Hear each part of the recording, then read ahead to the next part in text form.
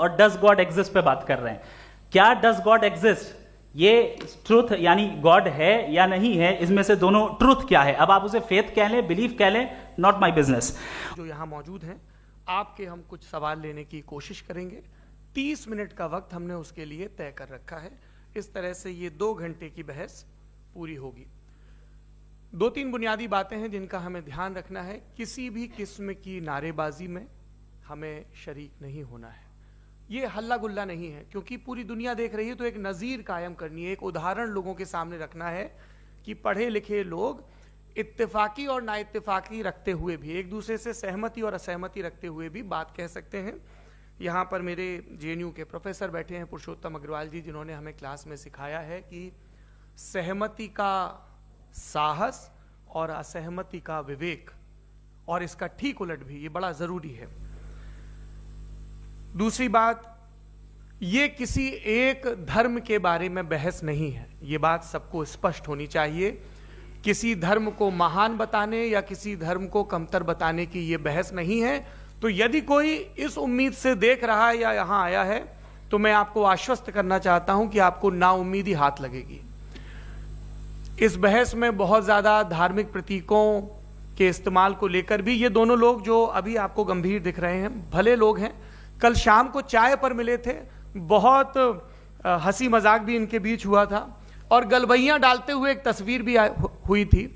ये इस बात का प्रमाण है कि इंटरनेट पर जो हल्ला मचा हुआ है उसके मुकाबले ये दोनों लोग बहुत ही अच्छे शांत ढंग से बहस के लिए राजी हो गए हैं। ट्विटर की बातें ट्विटर तक सीमित, एलन मस्क आजकल उसको एक्स कहते हैं। और अब इस बहस की शुरुआत मैं इन विद्वानों का, हालांकि इनको परिचय की जरूरत नहीं, पर हो सकता है, हमें पत्रकारिता में सिखाया जाता है कि नेवर अज्यूम, विज्ञान भी यही कहता है। मुफ्ती शमाइल नदवी साहब इस्लामिक विद्वान, शिक्षाविद हैं, कोलकाता के वाहियान फाउंडेशन के संस्थापक हैं, लखनऊ की प्रतिष्ठित दारुल उलूम नदवतुल उलमा से ग्रेजुएशन किया है, सोशल मीडिया और सार्वजनिक मंचों पर अध्यापन और बौद्धिक कामों में सक्रिय हैं, और इस समय इंटरनेशनल इस्लामिक यूनिवर्सिटी मलेशिया से PhD कर रहे हैं। अच्छी बात यह है कि पढ़ाई के साथ साथ ट्रैवल ब्लॉग भी बनाते हैं। पेट्रोनस टावर के सामने का ब्लॉग हमने देखा। हमारे साथ जावेद अख्तर साहब हैं। जावेद अख्तर साहब कवि हैं, शायर हैं, गद्य भी लिखते हैं, फिल्मों के लिए संवाद लिखे हैं, गीत लिखे हैं। इससे इतर ये वैज्ञानिक सोच को लेकर या अपने डिक्लेयर्ड एथिज्म को लेकर भी मुखर रहते हैं और अपने तहीं रैशनैलिटी की बात करते हैं। देवियों और सज्जनों, डज गॉड एग्जिस्ट, इस सवाल का जवाब सब अपने अपने तहीं खोजने की कोशिश कर रहे हैं। कोई इसको गॉड डैम पार्टिकल की खोज बताता है, कोई गॉड पार्टिकल की खोज बताता है, कोई हिग्स बोसान की खोज बताता है, कोई ये सवाल जवाब तलाशने की कोशिश करता है कि मास एग्जिस्टेंस में आखिर आया कैसे, हुआ क्या था, सृष्टि के पहले, समय के पहले क्या था, और कोई ये कहता है कि ये सारी खोजें जिस मस्तिष्क में हो रही हैं प्रकृति के क्रम में, वो कैसे विकसित हुआ। मैं उम्मीद करता हूं कि हम आज इन बुनियादी सवालों के कुछ जवाब हासिल करने में कामयाब हों। मैं सबसे पहले मंच पर आमंत्रित कर रहा हूं मुफ्ती शमाइल नदवी साहब को। आइए सर जी।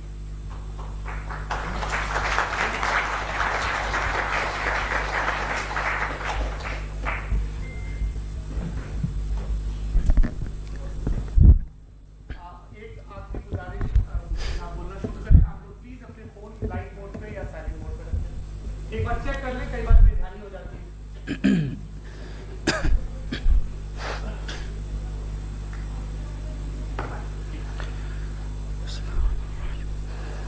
तमाम तारीफें उस क्रिएटर के लिए जिसने इस यूनिवर्स को एक मकसद के तहत पैदा किया है।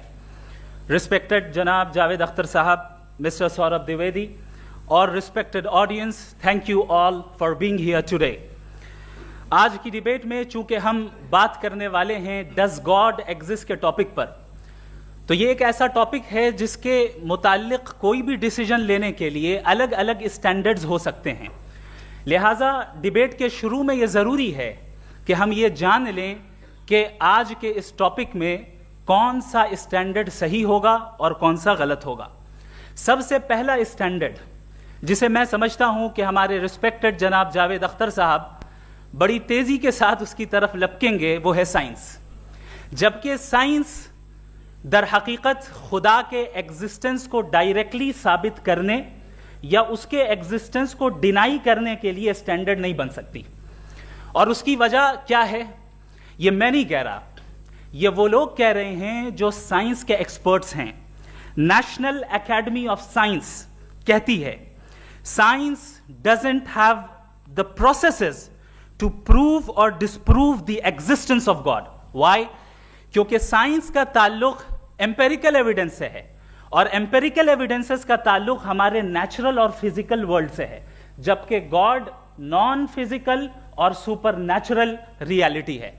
लिहाजा नॉन फिजिकल रियलिटी को आप उस टूल के साथ नहीं चेक कर सकते जिसका काम फिजिकल रियलिटी को तलाश करना है। लिहाजा आज इस डिबेट में गॉड की एग्जिस्टेंस को साबित करने या उसे डिनाई करने में साइंटिफिक एविडेंस को एक्सेप्ट नहीं किया जाएगा।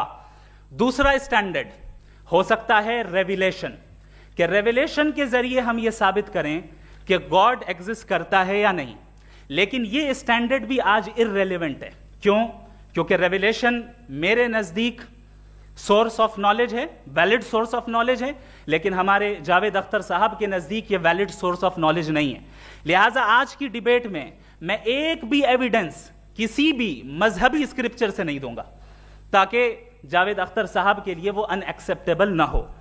तीसरा जो मेयार हो सकता है वो है ऑब्जर्वेशन, कि भाई कोई कहे कि हमें खुदा दिखाओ, अगर है तो दिखाओ, या ये कि खुदा के एग्जिस्टेंस पर एम्पेरिकल एविडेंस दो, तो ये है दर हकीकत गलत टूल का इस्तेमाल करना।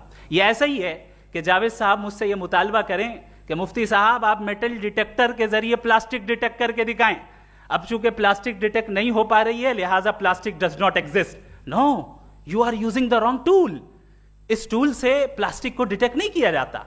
लिहाजा मैं समझता हूं कि गॉड के एग्जिस्टेंस पर एम्पेरिकल एविडेंस का मुतालबा करना एक बचकाना मुतालबा है, और हमारे रिस्पेक्टेड जनाब जावेद अख्तर साहब इस स्टेज से अब बहुत आगे निकल चुके हैं। अब बचता है एक ही स्टैंडर्ड, और वो स्टैंडर्ड है अक्ल, लॉजिक, रीजनिंग। और यही वो स्टैंडर्ड है जिसके तहत गॉड की एग्जिस्टेंस को साबित किया जाएगा या गॉड की एग्जिस्टेंस को डिनाई किया जाएगा। लेकिन चूंकि ये बहुत इंपॉर्टेंट और सेंसिटिव टॉपिक है, इसलिए लॉजिकल आर्ग्यूमेंट भी ऐसा होना चाहिए जो डेफिनेटिव हो, इनडेफिनेटिव ना हो, जो 2 और 2 4 की तरह बिल्कुल वाजे हो, जिसे लॉजिकली रिजेक्ट करना पॉसिबल नहीं हो। फॉर एग्जाम्पल हम कहें हमारे रिस्पेक्टेड मिस्टर सौरभ साहब, ये एक इंसान है और तमाम इंसान कॉन्शियस बीइंग है, लिहाजा नतीजा क्या निकला, हमारे सौरभ साहब भी कॉन्शियस बीइंग है। क्या ये इनडेफिनेट आर्ग्यूमेंट है या डेफिनेट आर्ग्यूमेंट है? ये डेफिनेट आर्ग्यूमेंट है। ये 2 और 2 की तरह वाजे है, इसमें किसी तरह जो है लॉजिकली इसको रिजेक्ट नहीं किया जा सकता। तो अगर आज हमारे जावेद अख्तर साहब ऐसी कोई अकली दलील और लॉजिकल एविडेंस दें खुदा के ना होने पर जो डेफिनेट भी हो, तो मैं ये ऐलान करता हूं कि यकीनन मैं उस एविडेंस को कबूल करूंगा और उस पर गौर करूंगा। लेकिन साथ में यह भी ऐलान कर देता हूं प्रेडिक्शन के तौर पर कि ऐसा कोई डेफिनेट आर्ग्यूमेंट कोई नहीं पेश कर सकता। दलील हम देंगे और डेफिनेटिव दलील देंगे, लॉजिकल दलील देंगे, ऐसी दलील देंगे जो एंटायर एथिस्टिक वर्ल्ड उसे रेफ्यूट नहीं कर सकती। चलें अब हम एक एग्जाम्पल सोचते हैं, एक सिनेरियो, सिंपल सिनेरियो, तमाम ऑडियंस से गुजारिश है, हम और आप एक आइसोलेटेड आइलैंड पर हैं, ऐसा आइलैंड जहां पे हमसे पहले कोई कभी नहीं गया। चलते चलते आपके सामने अचानक आपने देखा एक पिंक कलर की बॉल पड़ी हुई है। सबसे पहला सवाल आपके जहन में क्या आएगा कि ये बॉल यहां क्यों आई, कैसे आई, ये पिंक कलर की ही क्यों है, कोई और कलर भी हो सकता था, ये इसी शेप में क्यों है, कोई और शेप भी हो सकता था। नेचुरली आप इस तरफ पहुंचेंगे कि कोई ना कोई है जिसने इन स्पेसिफिक प्रॉपर्टीज के साथ इस बॉल को बनाया है और यहां पे रखा है। चूंकि आप जानते हैं कि ये जो बॉल है इसका एग्जिस्ट करना जरूरी नहीं है, ये एग्जिस्ट कर भी सकती थी, नहीं भी कर सकती थी, और एग्जिस्ट करना ही था तो किसी और फॉर्म में करती, किसी और कलर में करती। अब आप इस बॉल को एक्सपैंड करते चले जाएं, एक्सपैंड करते चले जाएं, एक्सपैंड करते चले जाएं, यहां तक कि ये बॉल यूनिवर्स के साइज की हो जाए। बताइए कि क्या साइज के बढ़ जाने से सवाल बदल जाएगा? हरगिज नहीं बदलेगा। अभी भी सवाल रहेगा, ये यूनिवर्स कहां से आया, इन स्पेसिफिक प्रॉपर्टीज के साथ कहां से आया, क्यों आया, किसने बनाया? ये सवाल उस वक्त भी वैलिड रहेगा। लेकिन ये सवाल अगर हम जनाब जावेद अख्तर साहब से करें तो चूंकि इनका वर्ल्ड व्यू एथिस्टिक है, और सिर्फ इनका नहीं, मतलब जितने भी एथिस्ट हैं और एथिस्टिक वर्ल्ड व्यू को रखने वाले से अगर आप ये सवाल करें कि ये यूनिवर्स कहां से आया, तो इनका जवाब या तो आर्ग्यूमेंट फ्रॉम इग्नोरेंस होगा या डॉगमेटिक होगा। या तो ये कहेंगे कि मुझे नहीं पता कि ये कहां से आया, लिहाजा गॉड डज नॉट एग्जिस्ट, ये आर्ग्यूमेंट फ्रॉम इग्नोरेंस है। या ये कहेंगे कि ये यूनिवर्स खुद ब खुद बन गया। इसका मतलब ये है कि उस बॉल को भी खुद ब खुद बन जाना चाहिए, लेकिन बॉल के ताल्लुक से ये एक्सप्लेनेशन एक्सेप्ट नहीं की जाएगी कि ये खुद ब खुद बन गई, लेकिन यूनिवर्स के ताल्लुक से कर दिया जाएगा। इसे हम दूसरे अल्फाज में डॉगमा भी कह सकते हैं।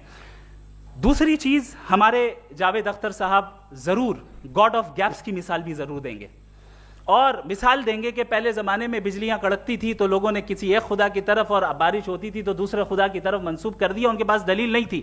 यह हमारा वर्ल्ड व्यू है ही नहीं, यह हमारा वर्ल्ड व्यू है ही नहीं, क्योंकि नेचुरल फिनोमेना के प्रोसेस की इंटरप्रिटेशन को जान लेने से यह कहां से साबित हो गया कि गॉड एग्जिस्ट नहीं करता है। इस पर मैं इंशाअल्लाह अभी आगे बात करूंगा। आप हजरात ये भी देखेंगे, और मैं ये एक्सपेक्ट करता हूं कि हमारे रिस्पेक्टेड जनाब जावेद अख्तर साहब जरूर इमोशनल आर्ग्यूमेंट्स भी देंगे, जो कि एक लॉजिकल फेलेसी है जब बात आती है ट्रुथ को डिसाइड करने में। क्यों? मिसाल के तौर पर वो कहेंगे कि अगर गॉड है तो ईविल क्यों एग्जिस्ट करता है, जबकि मैं कहता हूं ईविल का एग्जिस्ट करना गॉड के एग्जिस्ट करने की दलील है, उसके खिलाफ नहीं है। चूंकि अगर गॉड है तो हम सब उसके सामने अकाउंटेबल हैं, और अगर हम अकाउंटेबल हैं तो अकाउंटेबिलिटी के लिए ईविल का मौजूद होना जरूरी है, उसके बगैर हम अकाउंटेबल नहीं हो सकते। और अगर हम अकाउंटेबल नहीं हैं तो हम जनाब जावेद अख्तर साहब से पूछेंगे कि आप बताएं कि फिर सफरिंग इस दुनिया में क्यों है? अगर खुदा नहीं है तो सफरिंग क्यों है? और उन लोगों के जज्बे का क्या जिनके अंदर सफरिंग के बाद इंतकाम लेने का जज्बा पाया जाता है और वो इस दुनिया से ऐसे ही चले गए, क्या उनकी सारी तकलीफें बेकार चली जाएंगी? अब आ जाएं उसी एग्जाम्पल की तरफ कि बॉल, मुझसे अगर कोई पूछे इस बॉल को किसने बनाया, और या इस एक्सपेंडेड बॉल को किसने बनाया, मैं कहूंगा कि चूंकि ये यूनिवर्स और इस यूनिवर्स की तमाम चीजें कॉन्टिंजेंट हैं। कॉन्टिंजेंट होने का मतलब ये होता है कि जो अपने एग्जिस्टेंस पे किसी के ऊपर डिपेंड करती हो, तो जाहिर है ये यूनिवर्स कॉन्टिंजेंट है। और अगर कोई चीज कॉन्टिंजेंट नहीं है तो मैं रिक्वेस्ट करूंगा कि मुझे दिखा दें कि कौन सी चीज यूनिवर्स में कॉन्टिंजेंट नहीं है, हम भी जरा गौर कर लें और हम भी देख लें। और जब कॉन्टिंजेंट चीजें मौजूद हैं तो फिलोसोफर्स की इस्तिलाह के मुताबिक, हम उस टर्मिनोलॉजी के मुताबिक हम उस जगह तक पहुंचते हैं और उस हस्ती तक पहुंचते हैं जिसे नेसेसरी बीइंग कहा जाता है, कि ये वो नेसेसरी बीइंग है जिसका मौजूद ना होना नामुमकिन हो। क्योंकि अगर ये मौजूद ना हो तो सारी चीजें एग्जिस्टेंस में आएंगी ही नहीं, और ये सारी कॉन्टिंजेंट चीजें उसी के ऊपर डिपेंड करती हैं। अब अगर आप ये सवाल करते हैं कि फिर उस हस्ती को किसने बनाया, फिर उसका कॉज क्या है, फिर उसका कॉज क्या है, फिर उसका कॉज क्या है, और एंडलेसली चले जाएं, इसे हम कहते हैं इन्फिनिट रीग्रेस ऑफ कॉजेस, जो कि लॉजिकल फेलेसी है। कॉन्सेप्चुअली इन्फिनिटी पॉसिबल है। मिसाल के तौर पे न्यूमेरिकल्स 1 2 3 गिनते चले जाएं, इन्फिनिट नंबर्स हैं। मैं कॉन्सेप्चुअली बात नहीं कर रहा, प्रैक्टिकली रियलिटी में साबित करके दिखाएं कि infinite regress of causes possible हैं या नहीं। अगर पॉसिबल हैं तो हम मान लेंगे, मिसाल दे दें, और पॉसिबल नहीं है तो एक ही ऑप्शन बचता है जिसे हम कहते हैं नेसेसरी बीइंग। ऐसी नेसेसरी बीइंग जो इंडिपेंडेंट है, क्योंकि अगर वो डिपेंडेंट हुई तो वो नेसेसरी नहीं रहेगी।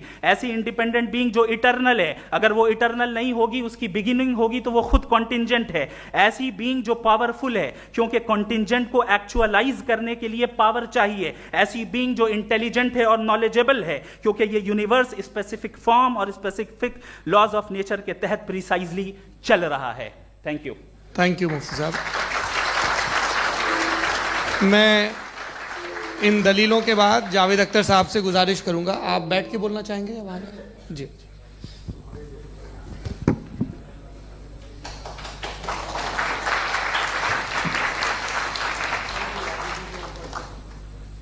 पहले तो मैं मुफ्ती साहब को एक अच्छी खबर देना चाहूँगा कि मेरी नॉलेज साइंस के बारे में बड़ी मामूली है, तो आप फिक्र ना करें उसकी, लेकिन कुछ कॉमन सेंस है मुझ में।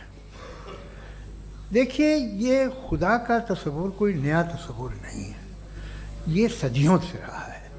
ये कुछ रिलीजन 3000 साल पुराने होंगे, 4000 साल पुराने होंगे, लेकिन इंसान कोई 10,000 12,000 साल से एग्जिस्ट करता है होमोसेपियन की शक्ल में, और हमेशा कुछ ना कुछ मज़हब रहे। ये मज़हब जाहिलों के नहीं थे, ये मज़हब एक ऐसी ग्रीक सोसाइटी के थे जहाँ बड़े बड़े फिलोसफर्स पैदा हुए। ये मज़हब इजिप्शियंस के थे जिन्होंने पिरामिड्स बनाए थे। ये रोमन्स के थे कि जिनका आर्किटेक्चर और सेनेट यानी पहली बुनियाद डेमोक्रेसी की लिमिटेड थी मगर डेमोक्रेसी थी, ये उन लोगों ने किए थे। तो इनका जो जुपिटर था, रा था, ज़्यूस था, उन्हें उस पर इतना ही एतमाद था जितना आज किसी मजहबी आदमी को अपने खुदा पे होगा। क्रिश्चियनिटी आने से पहले यूरोप में एक मज़हब था जर्मेनिक रिलीजन। उसका एक खुदा था, उसकी एक बीवी थी, उसके 2 बेटे थे, एक बेटी थी। फिर जर्मनी में जब यूरोप में क्रिश्चियनिटी आई तो वो खुदा, उसकी बीवी और पूरे ख़ानदान चला गया। तो अगर हम हिस्ट्री देखें तो खुदा जो हैं वो ज़्यादातर फ़नी है, वो हमेशा रहे नहीं। और वो जो लोग इन्हें मानते थे उनको आप कहें वो तो जाहिल थे, उन्हें तो कुछ पता ही नहीं था, ऐसा नहीं है। वो अपने वक्त में बड़े काबिल लोग थे और अपने वक्त में उन्होंने बड़े बड़े काम किए हैं, फिलोसफर्स थे, साइंटिस्ट थे, लेकिन उनका मज़हब कहाँ गया, उनके खुदा कहाँ गए?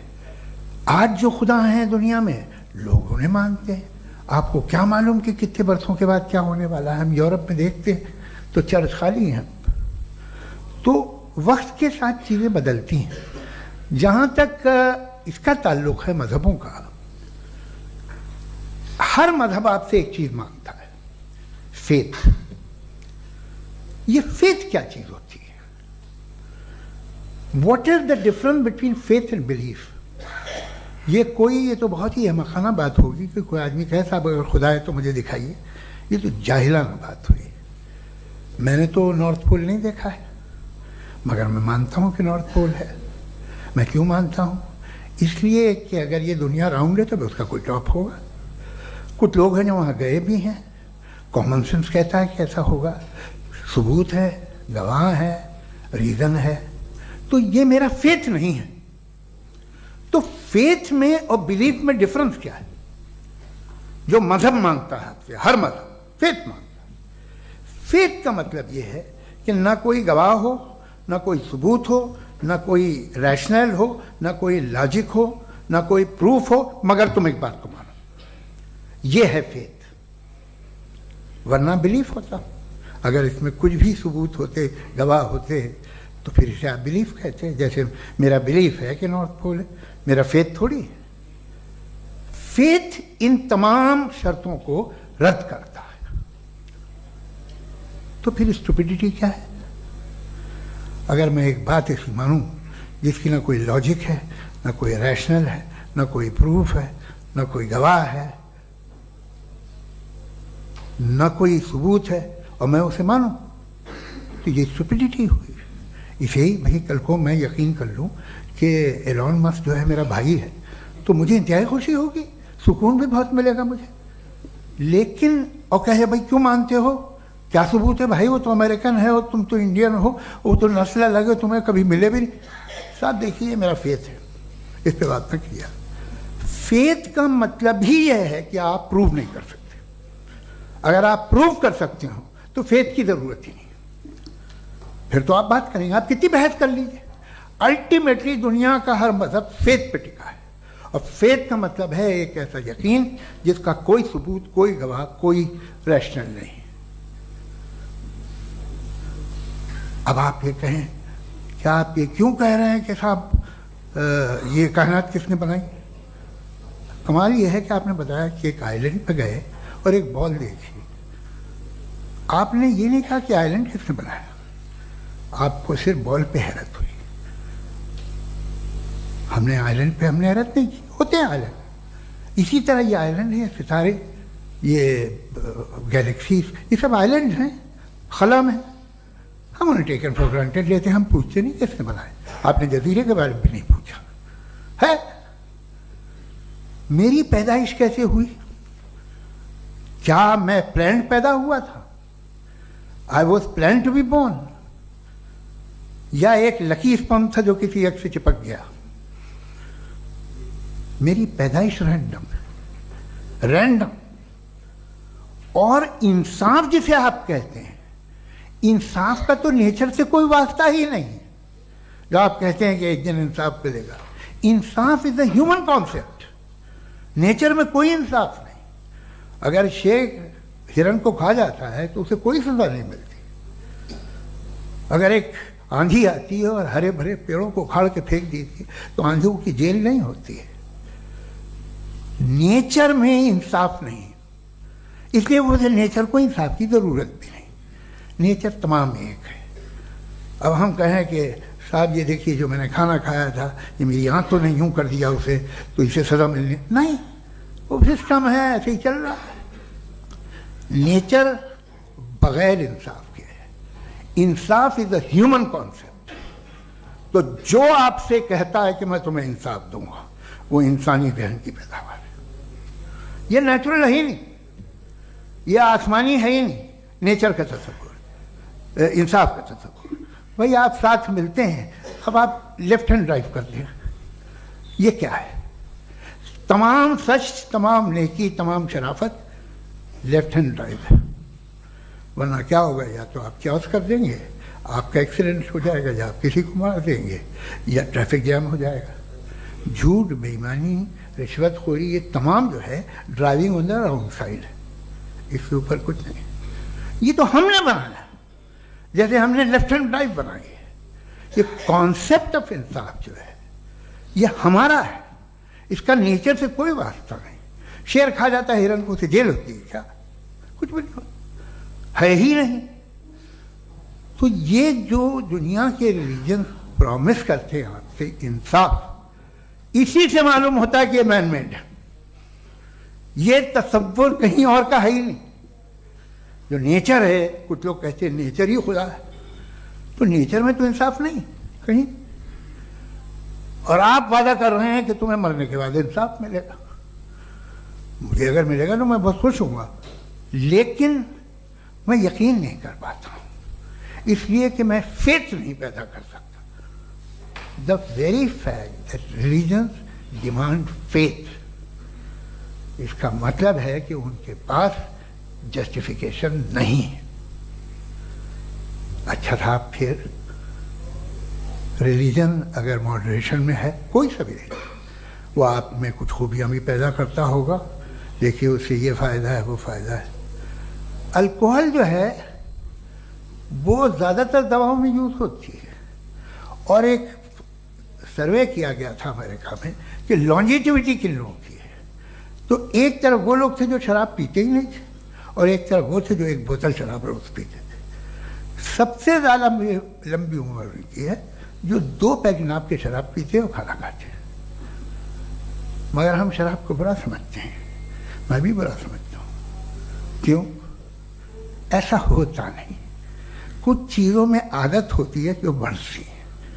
आज तक में एक आदमी दूध पीता है, आप 10 साल बाद भी मिलेंगे तो एक ही गिलास पीता होगा। ऐसा नहीं होता, सुबह से दूध पीता रहता है।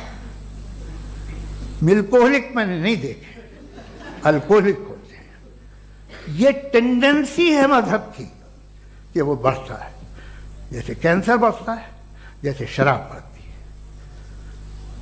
कुछ लोग होंगे जो उसे सही तरह से यूज़ करते हैं। मुझे यकीन है कि हमारे मुफ्ती साहब भी उनमें से एक, इनसे बहुत खुशी हुई मुझे इनसे मिलकर। लेकिन कितने लोग हैं कि आज आप देखते हैं दुनिया में जो तबाहियाँ हैं, इनमें कितना हाथ है उन लोगों का जो बिलीवर कहते था मजहब ये नहीं कहता, ना कहता होगा, मगर जब ये मजहब पीते हैं तो ऐसे बिहेव करते हैं। थोड़ा सा अगर हो तो शायद बहुत अच्छी बात, लेकिन शराब थोड़ी सी नहीं रहती, उसमें टेंडेंसी है पहले। थोड़ा सा अगर 2-3 कैंसर के सेल हो ना बॉडी में तो आदमी स्लिम रहेगा, लेकिन वो 2-3 सेल नहीं रहते, वो मल्टीप्लाई होते हैं। जावेद साहब टाइम पूरा हो गया। टाइम हो गया, तो बस बात खत्म हो गई। अच्छा, मुझे कुछ और कहने को था भी नहीं। जी, मैं पहले जवाबी दौर के लिए इनवाइट कर रहा हूं मुफ्ती साहब को। Your rebuttal round 1, you have 7 minutes।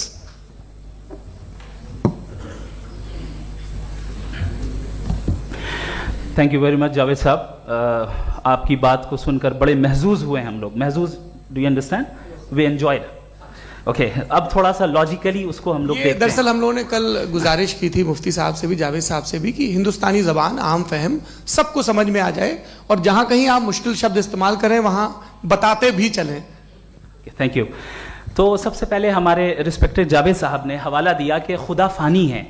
कितने मजहब आगे चले गए, किसी ने जुपिटर को खुदा माना, किसी ने किसी को माना। मैं कहता हूं जिसने कॉन्टिंजेंट चीज को खुदा माना, गलत माना, वो खुदा ही नहीं, वो खुदा ही नहीं है। हम तो नेसेसरी बीइंग को साबित करने बैठे हैं, वो नेसेसरी कॉज जो इटरनल है, जो अबदी भी है और अजली भी है। हम किसी और को साबित करने नहीं बैठे। दूसरी चीज उन्होंने कहा कि फेथ एंड बिलीफ, ये एक ऐसी डेफिनेशन है फेथ की जो इन्होंने पहली मर्तबा पेश की है, या माफ कीजिएगा इन्होंने पहली मर्तबा पेश नहीं की है, रिचर्ड डॉकिंस ने पहली मर्तबा पेश की है। मुझे मालूम है ये सोर्स कहां से है। एपिस्टेमोलॉजिकली फेथ और बिलीफ का फर्क आप इस तरह नहीं कर सकते सर। फेथ सही भी होता है, गलत भी होता है। बिलीफ सही भी होता है, गलत भी होता है। जो लॉजिक, रीजन और एविडेंस से बैक्ड होगा वो फेथ सही होगा। और आप जिस फेथ की बात कर रहे हैं कि इलॉजिकल है और उसके पीछे नहीं है, तो we are on the same page. हम नहीं मानते उस फेथ को, जो फेथ ऐसा हो जिसके पीछे कोई लॉजिक ना हो, एविडेंस ना हो, हम नहीं मानते। हम तो उस फेथ के कायल हैं जिसके पीछे लॉजिक हो और एविडेंस हो। तो बिलीफ सही भी होता है, गलत भी होता है, फेथ भी सही होता है और गलत भी होता है। तो आज फेथ और बिलीफ के डिफरेंस पे बात नहीं हो रही। आज आप चाहे फेथ एक्सेप्ट कर लें या बिलीफ एक्सेप्ट कर लें, आज ये बात होगी कि ट्रूथ क्या है, चाहे ट्रू बिलीफ सही है या ट्रू फेथ सही है, और फॉल्स फेथ क्या है और फॉल्स बिलीफ क्या है, बात इस पे हो रही। दूसरी चीज इन्होंने पूछा स्टुपिडिटी फिर क्या है। अगर फेथ रिलीजन स्टुपिडिटी नहीं है तो और क्या है? चूंकि फेथ का मुतालबा करते हैं तो स्टुपिडिटी क्या है? मैं कहता हूं स्टुपिडिटी एथिज्म है। उसकी वजह यह है कि आप एक सड़क पे जा रहे हो और आप किसी गार्डन में जाएं और देखें वहां लिखा है फूलों के साथ I love Javed Akhtar, and I really do, I love you sir. So जब आप वहां पर पहुंचे तो वहां पहुंचकर अब ये बताएं, क्या आप ये कहेंगे वाह व्हाट अ नेचुरल सिलेक्शन? ये क्या नेचुरल सिलेक्शन है? नहीं, ये प्रिसाइजली डिजाइंड है, इसके पीछे डिजाइनर है। लिहाजा अगर कोई एक ऐसी कॉमन सेंस की बात को कबूल नहीं कर रहा है कि यूनिवर्स जो इतने प्रिसाइजली काम कर रहा है, हम कह दें कि खुद ब खुद बन गई, मैं समझता हूं इससे बड़ी स्टुपिडिटी और कुछ नहीं है। ये इरैशनल चीज है। फिर हमारे सर ने कहा कि आपने बॉल पे फोकस किया, आइलैंड पे फोकस नहीं किया। अरे आइलैंड को किसने बनाया यही समझाने के लिए तो बॉल की मिसाल दे रहा हूं। और बॉल भी कॉन्टिंजेंट है, आइलैंड भी कॉन्टिंजेंट है, दोनों नेसेसरी बीइंग का मुतालबा करते हैं। आगे इन्होंने कहा कि नेचर में कोई इंसाफ नहीं है। हम डिसाइड करते हैं कि मोरालिटी क्या होती है, इंसाफ क्या होता है। हम डिसाइड करते हैं, जैसे ड्राइविंग सीट में ट्रैफिक वाला, ये तो किसी खुदा ने नहीं कहा, ये है, इसे कहते हैं फॉल्स इक्विवेलेंस। ये एक लॉजिकल फेलेसी है। आपने जो है मिसाल दी ड्राइविंग की और ट्रैफिक की, ये सब्जेक्टिव मोरालिटी है। आप सब्जेक्टिव मोरालिटी को मिसाल बनाकर ऑब्जेक्टिव मोरालिटी के ऊपर नहीं थोप सकते। इंसाफ की ऑब्जेक्टिव मोरालिटी। अगर आप ये कहते हैं कि नेचर में इंसाफ नहीं है, तो इंसाफ का न होना ये नेचुरल हुआ, तो फिर नेचर को नेचर रहने दे। क्यों हम इतना स्ट्राइव कर रहे हैं दुनिया में इंसाफ लाने के लिए? ये तो इलॉजिकल बात है, इरैशनल बात है। इसलिए बहुत सी चीजें ऐसी हैं जो ऑब्जेक्टिवली जो है इविल या गुड हैं, और बहुत सी चीजें ऐसी हैं जो सब्जेक्टिवली हैं। सब्जेक्टिवली जो मोरल होता है या इमोरल होता है, उसको हम सोशल कंसेंसस से या पर्सनल प्रेफरेंस से डिसाइड करते हैं। लेकिन जो ऑब्जेक्टिव मोरालिटी है, जिसमें इंसाफ आया, जो इन्होंने बार बार रिपीट किया, ये ऑब्जेक्टिव है, सब्जेक्टिव नहीं है। अगर आप कहते हैं ये सब्जेक्टिव है, तो मेरा सवाल आपसे ये है, क्या सोशल कंसेंसस के जरिए अगर जुल्म को सही करार दे दिया जाएगा तो आप जुल्म को जस्टिफाई करेंगे? दूसरी चीज इन्होंने यह कहा कि 2 पैक शराब पी लें तो वो उतने पे नहीं रहता, बढ़ जाता है। यही मामला मजहब के साथ है। 2 पैक आप पी लें, बढ़ेगा। तो ये एक ऐसी मिसाल है, इसको कहीं भी फिट कर लें कि आप एथिज्म पे जब फिट करें, जब आप 2 पैक एथिज्म का लेंगे ना, तो वो बढ़ बढ़ के नॉर्थ कोरिया बनेगा। Thank you.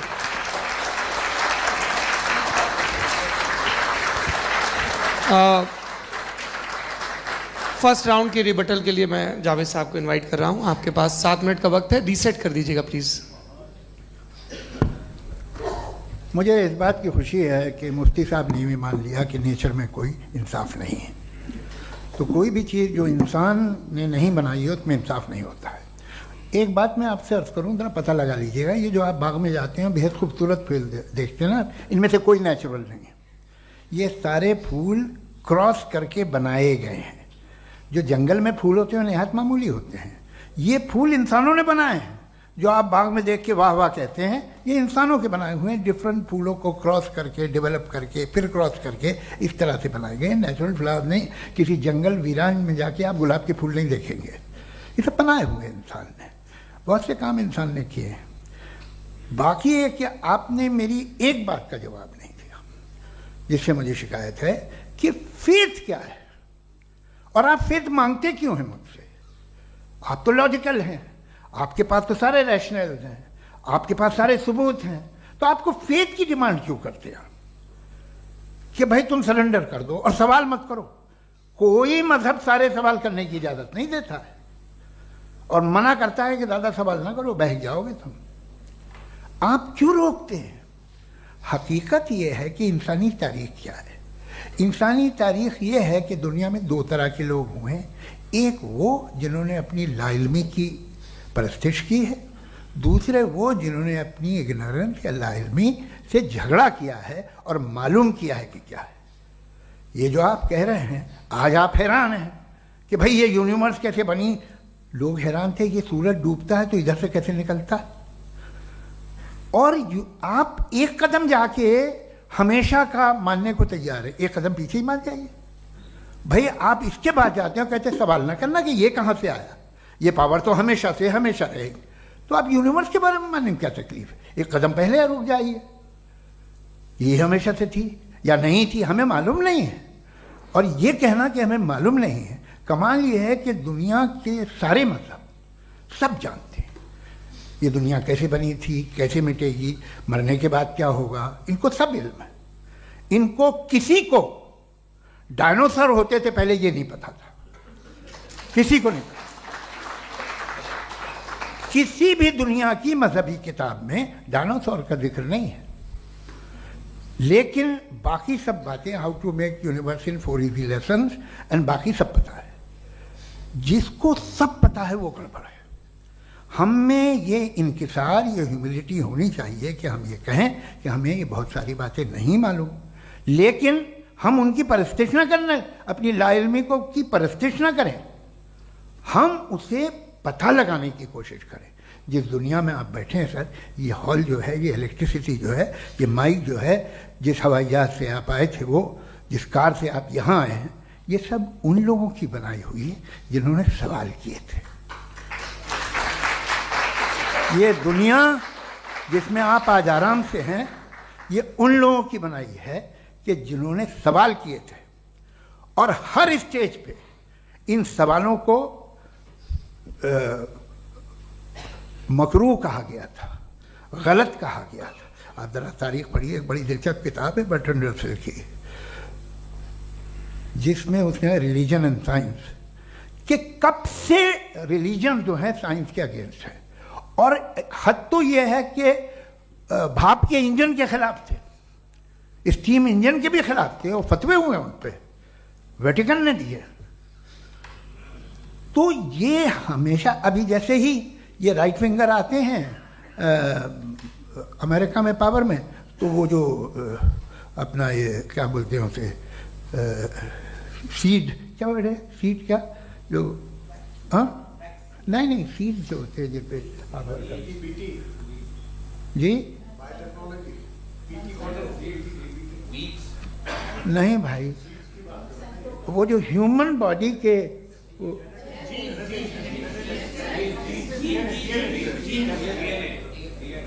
उस पर रिसर्च बंद हो जाती है, रिपब्लिकन नहीं करने देते। अरे भाई इतना डर क्या है तुम्हें? एक ज़माने में बहुत नाराज थे ये सारे मजहबी लोग कि ये इंसान तो इंसान बनाने की कोशिश कर रहा है। आपको क्या तकलीफ भाई, बना ले तो बना लेने दो, ये खौफ क्या है? और ये सब आज जो आप कह रहे हैं नामुमकिन है, ये कैसे हुआ? मुझे एक किस्सा याद आता है। जब मैं छठी क्लास में था तो मैं मैथमेटिक्स में बहुत वीक था, तो एक टीचर रख दिया गया, उसने 1 2 3 4 5 6 7 तो सिखा दिया मुझे। वो दिन मैं भूल नहीं सकता हूँ मुफ्ती साहब, जिस दिन उसने ये बताया कि 1/2 क्या होता है और 3/4 क्या होता है, मुझे ऐसा लगा कि मेरा सर बीच से फट जाएगा। ये आदमी कह रहा है कि जो दीवार के अंदर जाओ वॉक करते हुए। आज हंसता हूँ मैं इस बात पे। तो आज जो बातें आपके जहन से बिल्कुल परे हैं और आप हैरान होते हो उन्हें देख के, एक वक्त आएगा कि मामूली लगेंगे। और हुआ है, आपकी इंसानी तारीख ही है। इतनी जल्दी सारे फैसले आप मत कर लीजिए, थोड़ा ये ह्यूमिलिटी रखिए कि भाई ये हमें नहीं मालूम। ये कहने में क्या आ रहा है? ये यूनिवर्स कहाँ तक फैली, ये कब से है और कब तक रहेगी, हमें नहीं मालूम। आपने फैसला कर लिया कब बनी। ये आपके हिसाब से कोई 14 बिलियन ईयर बनी जो समझा जाता है। उससे पहले हजारों करोड़ों अरबों साल तक खुदा बैठा क्या कर रहा था? खामोश बैठा था, ऐसी जमाइयाँ ले रहा था। फिर उसे आइडिया आया, यार एक काम करते, वक्त अच्छा गुजर जाएगा, यूनिवर्स बनाते। सोचिए, वो तो हमेशा से है ना, मगर यूनिवर्स हमेशा से नहीं है, ये तो बनाई गई है। और उससे पहले क्या था, इनका क्या काम था? कैसी बात है, ये बड़ा आसान है। जो बात हमें आज धीरे धीरे पता चली है, बरसों 2000 और 2500 साल पहले आपको किसी ने बता दिया कि क्या था, आप मान गए, और तब से वही मान रहे हैं जो 2500 साल पहले कहा गया था। सब कुछ बदल गया है, सॉल्व हो रही हैं चीज़ें। अभी साइंस बिल्कुल दावा नहीं करती, या कोई फिलोसफर ये दावा नहीं करता कि हमें सब मालूम, बल्कि वो कहता है कि हमें जितना मालूम होता है उससे ये मालूम होता है कि हमें कितना कम मालूम। तो हम अपनी जहालत से लड़ें, उसकी परस्तिश न करें। जी, टाइम है। Thank you so much. मैं तर्कों की श्रृंखला में राउंड 2 के लिए मुफ्ती साहब को आमंत्रित कर रहा हूँ। आपके पास एक बार फिर से 7 मिनट का वक्त है। शुक्रिया। जनाब जावेद अख्तर साहब कई मरतबा दोहरा रहे हैं कि फेथ का मतलब बताइए, फेथ का मतलब बताइए। मैंने बता दिया, फेथ सही भी होता है, गलत भी होता है। और आज हम फेथ पे बात नहीं कर रहे, हम ट्रुथ और डज गॉड एग्जिस्ट पे बात कर रहे हैं। क्या डज गॉड एग्जिस्ट, ये ट्रुथ यानी गॉड है या नहीं है, इसमें से दोनों ट्रुथ क्या है। अब आप उसे फेथ कह लें, बिलीफ कह लें, नॉट माई बिजनेस। उसके बाद आपने कहा कि भाई सवाल करने से मजहब रोकता है। मैं कहता हूं जो रोकता है वो रोकता होगा, मैं नहीं रोकता, बल्कि सवाल करें, सवाल करना चाहिए। सवाल कर करके तो हम आगे बढ़ते हैं, तरक्की करते हैं, और इसीलिए मैं आज यहां पे आया हूं। लेकिन सवाल सिर्फ खुदा से नहीं होगा, आपसे भी होगा। सवाल एथिज्म से भी होगा, सवाल सिर्फ मजहब से नहीं होगा, सबसे होगा। और आज मैं सवाल करूंगा और उम्मीद है कि आप जवाब देंगे। अभी तक आपने वैसे कॉन्टिंजेंसी आर्ग्यूमेंट का कोई जवाब नहीं दिया। चलें, आपने कहा यूनिवर्स के बारे में इटर्नल क्यों नहीं बोल देते। ये चूंकि लॉजिकली पॉसिबल ही नहीं है कि यूनिवर्स इटर्नल हो।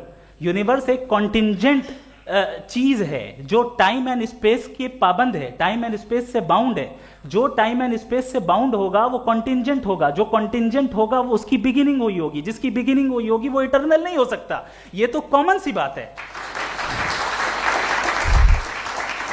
आपने कहा कि किसी मजहबी किताब में डायनासोर का जिक्र नहीं है। अफसोस कि आज तक किसी मैथमेटिक्स के किताब में मुझे डायनासोर का जिक्र नहीं मिला।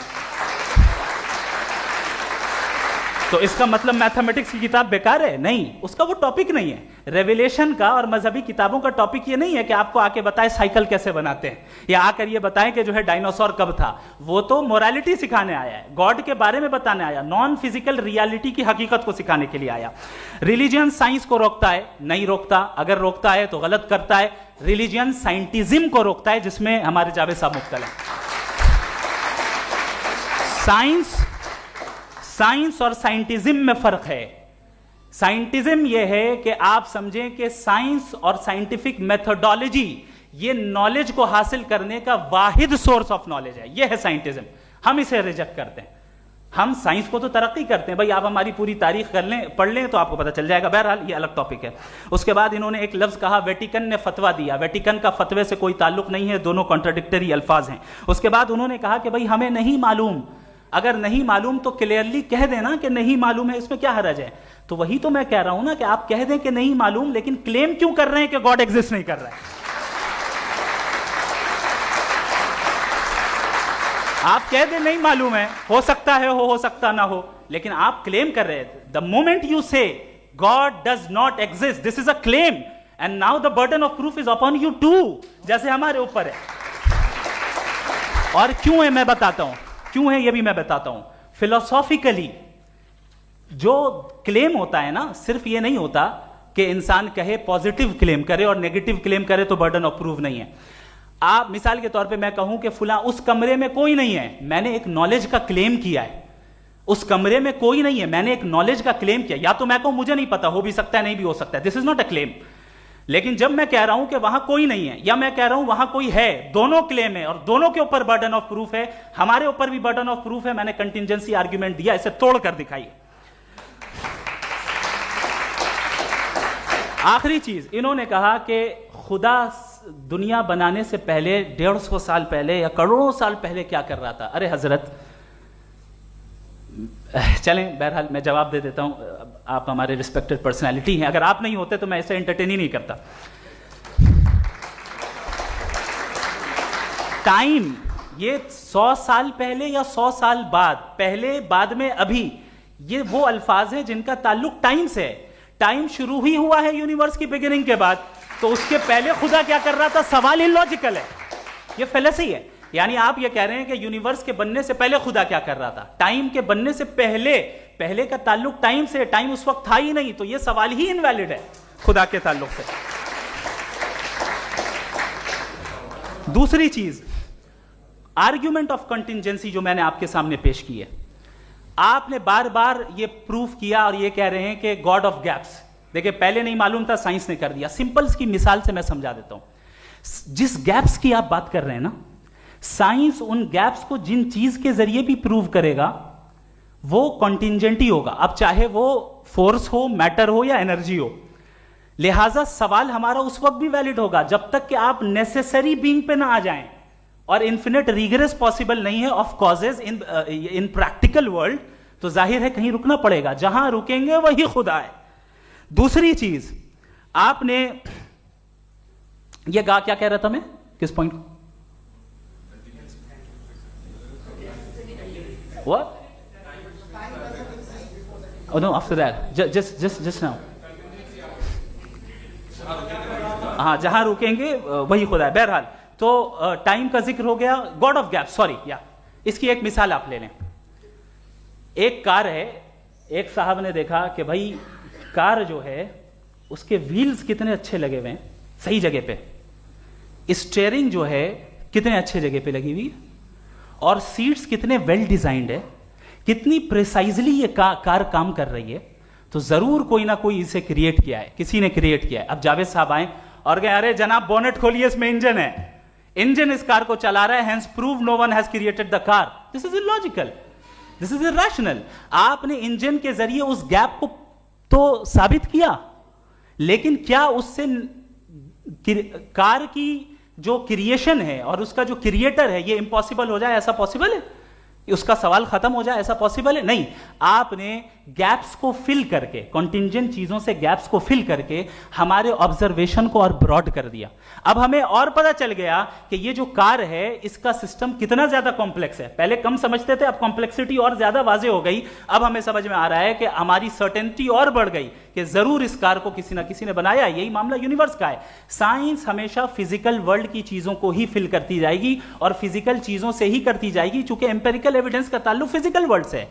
आप साइंस के जरिए मेटाफिजिकल रियलिटी को कभी साबित नहीं कर सकते। ये रॉन्ग टूल का इस्तेमाल करना है। ये वही काम है कि आप मेटल डिटेक्टर से प्लास्टिक डिटेक्टर करने चलें, जो कि जाहिर है सही नहीं है। Thank you.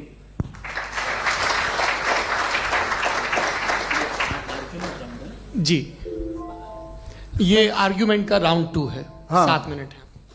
पहले तो मैं आपसे अर्ज करूं कि आपने कहा कि जब कायनात ही नहीं थी तो वक्त भी नहीं था, कुछ भी नहीं था। कैसे नहीं था? खुदा था।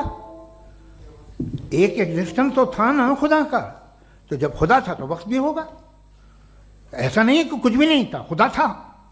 अच्छा, बाकी एक आपने कहा साहब आप साबित कीजिए, आपके पास भी लॉजिक है या मेरे पास भी लॉजिक है, आप मेरा जिम्मेदारी नहीं है साबित करना कि खुदा है।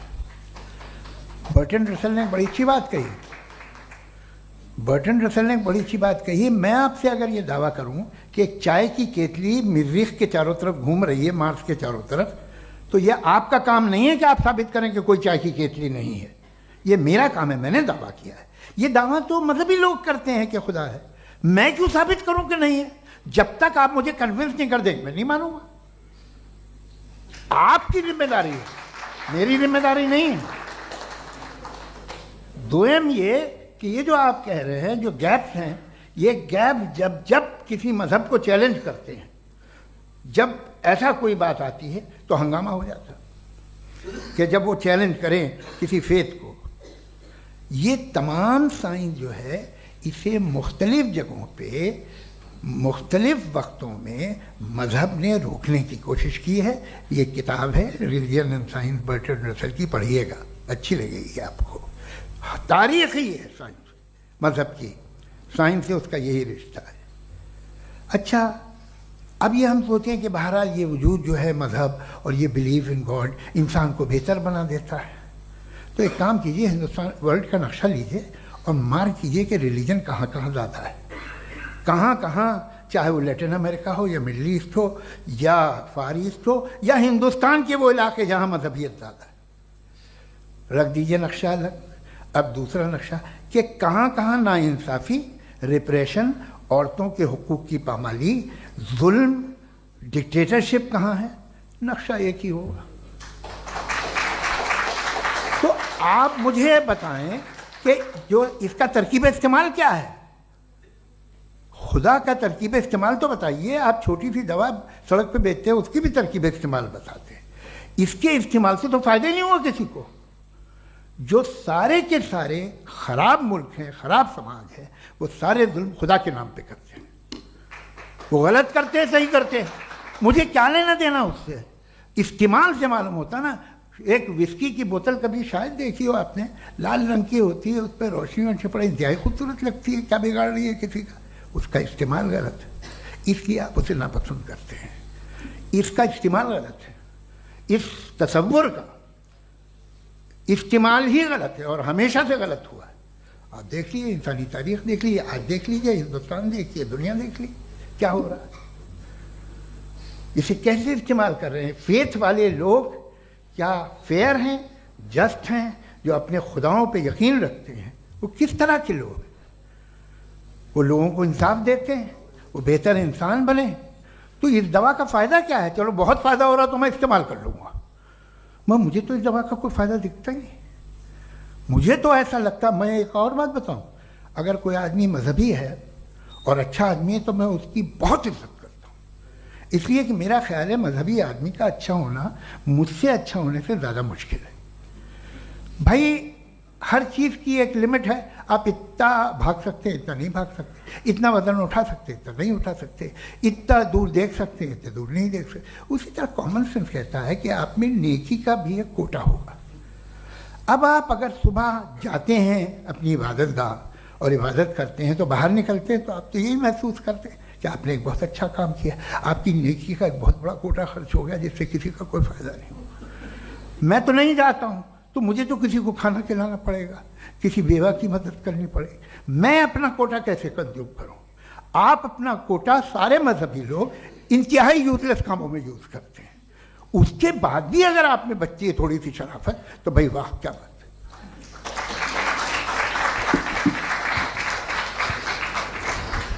है। एक तो मुझे ये बात बहुत अच्छी लग रही है कि दोनों ही विद्वान समय को मानते हैं और बहुत समय से अपनी दलीलें और बाज़ दफ़ा समय से पहले अपनी तकरीरें पूरी करके अपनी अपनी कुर्सी पर बैठ रहे हैं। ये इस आर्ग्यूमेंट का राउंड 2 पूरा हुआ। अब रिबटल का राउंड 2 है और उसके बाद क्रॉस एग्जामिनेशन होगा। नहीं, आपका आर्ग्यूमेंट हो गया सर। हमारे यहाँ स्कूल के सिलेबस में पंच परमेश्वर कहानी पढ़ाई जाती है, प्रेमचंद जी की लिखी हुई। आप निश्चिंत रहिए, आपके कोई राउंड में मिस नहीं होने दूंगा। रिबटल का राउंड 2, मुफ्ती शमाइल नदवी साहब।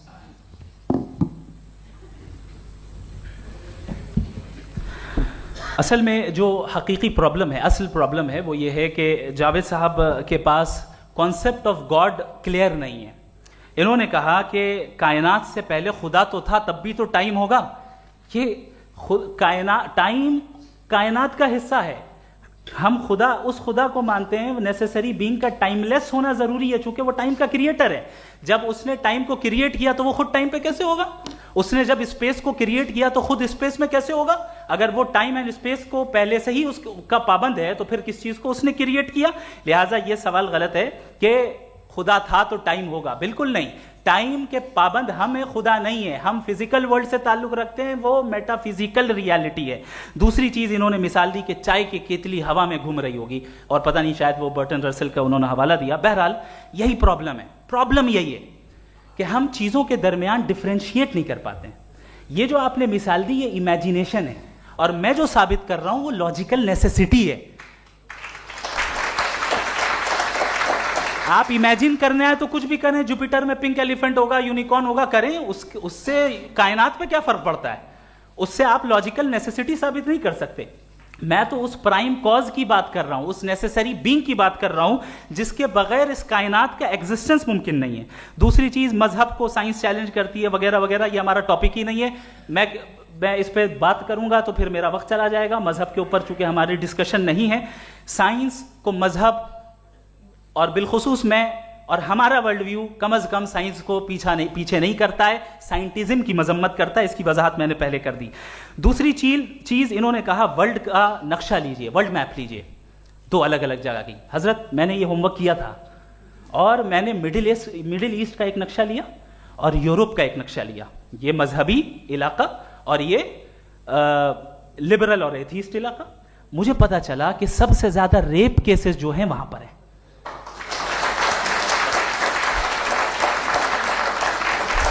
मुझे ये पता चला यूएन की रिपोर्ट के मुताबिक, मैं ये अपने घर से नहीं लेके आ रहा, कि जो वर्किंग वुमेन है यूरोपियन कंट्रीज में, उसमें 81% वुमेन सेक्सुअल हैरेसमेंट का वर्क में शुमार हो रही है। ये मिडिल ईस्ट में नहीं हो रहा है, वो मजहबी लोग हैं इसलिए नहीं हो रहा है। दूसरी चीज, आपने ये कहा कि मजहबी आदमी का अच्छा होना हमारे अच्छे होने से बहुत मुश्किल है, बहुत मुश्किल है। तो इसका मतलब यह है कि गॉड के अलावा आपके पास अच्छे और बुरे का कोई स्टैंडर्ड है। मैं चाहूंगा कि कन्वर्सेशनल स्टाइल वाली डिस्कशन और सेगमेंट पे इसी पे बात कर लेते हैं। Thank you very much.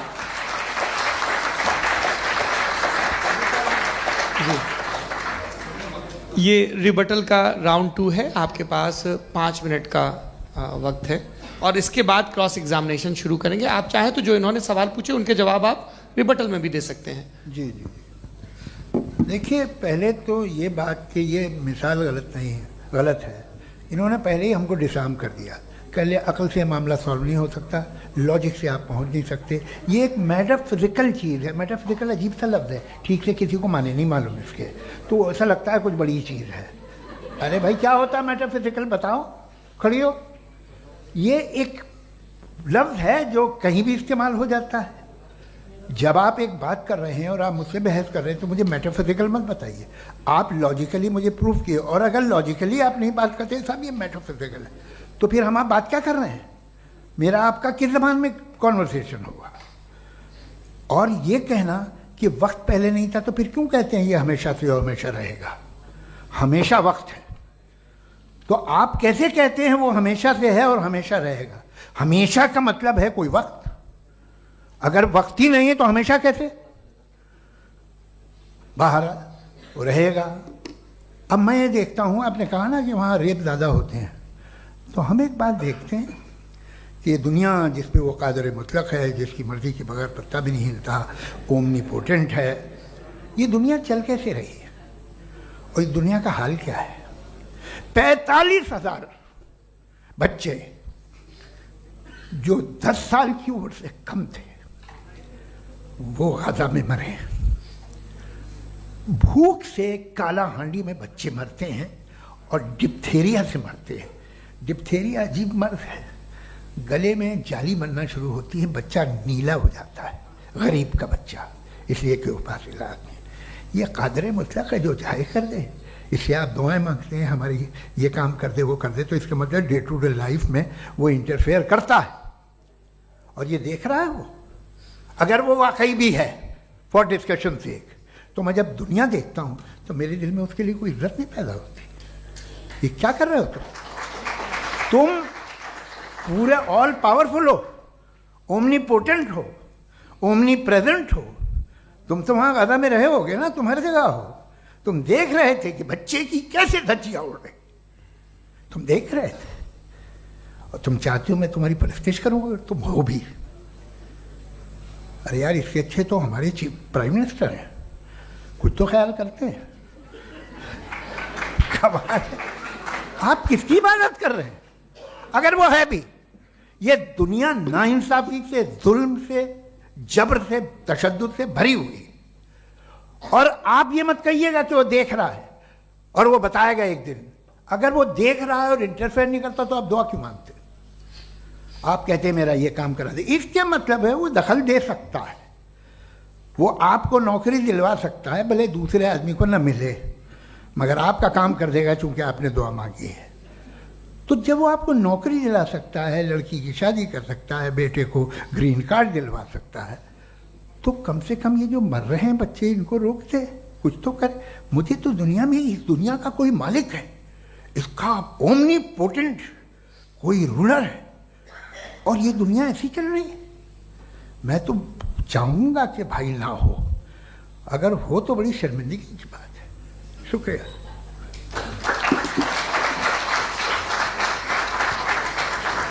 देवियों और सज्जनों, इस बहस के 2 राउंड और 2 रिबटल पूरे हो चुके हैं।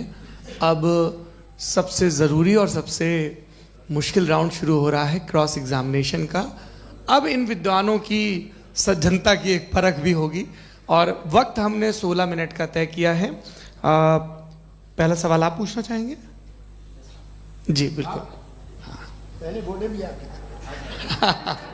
आप माइक ले लीजिएगा हाथ में, ये नीचे से ऑन जी। मैं बोलता हूँ, ये डायस हटा सकते हैं क्या हम थोड़ा क्विकली?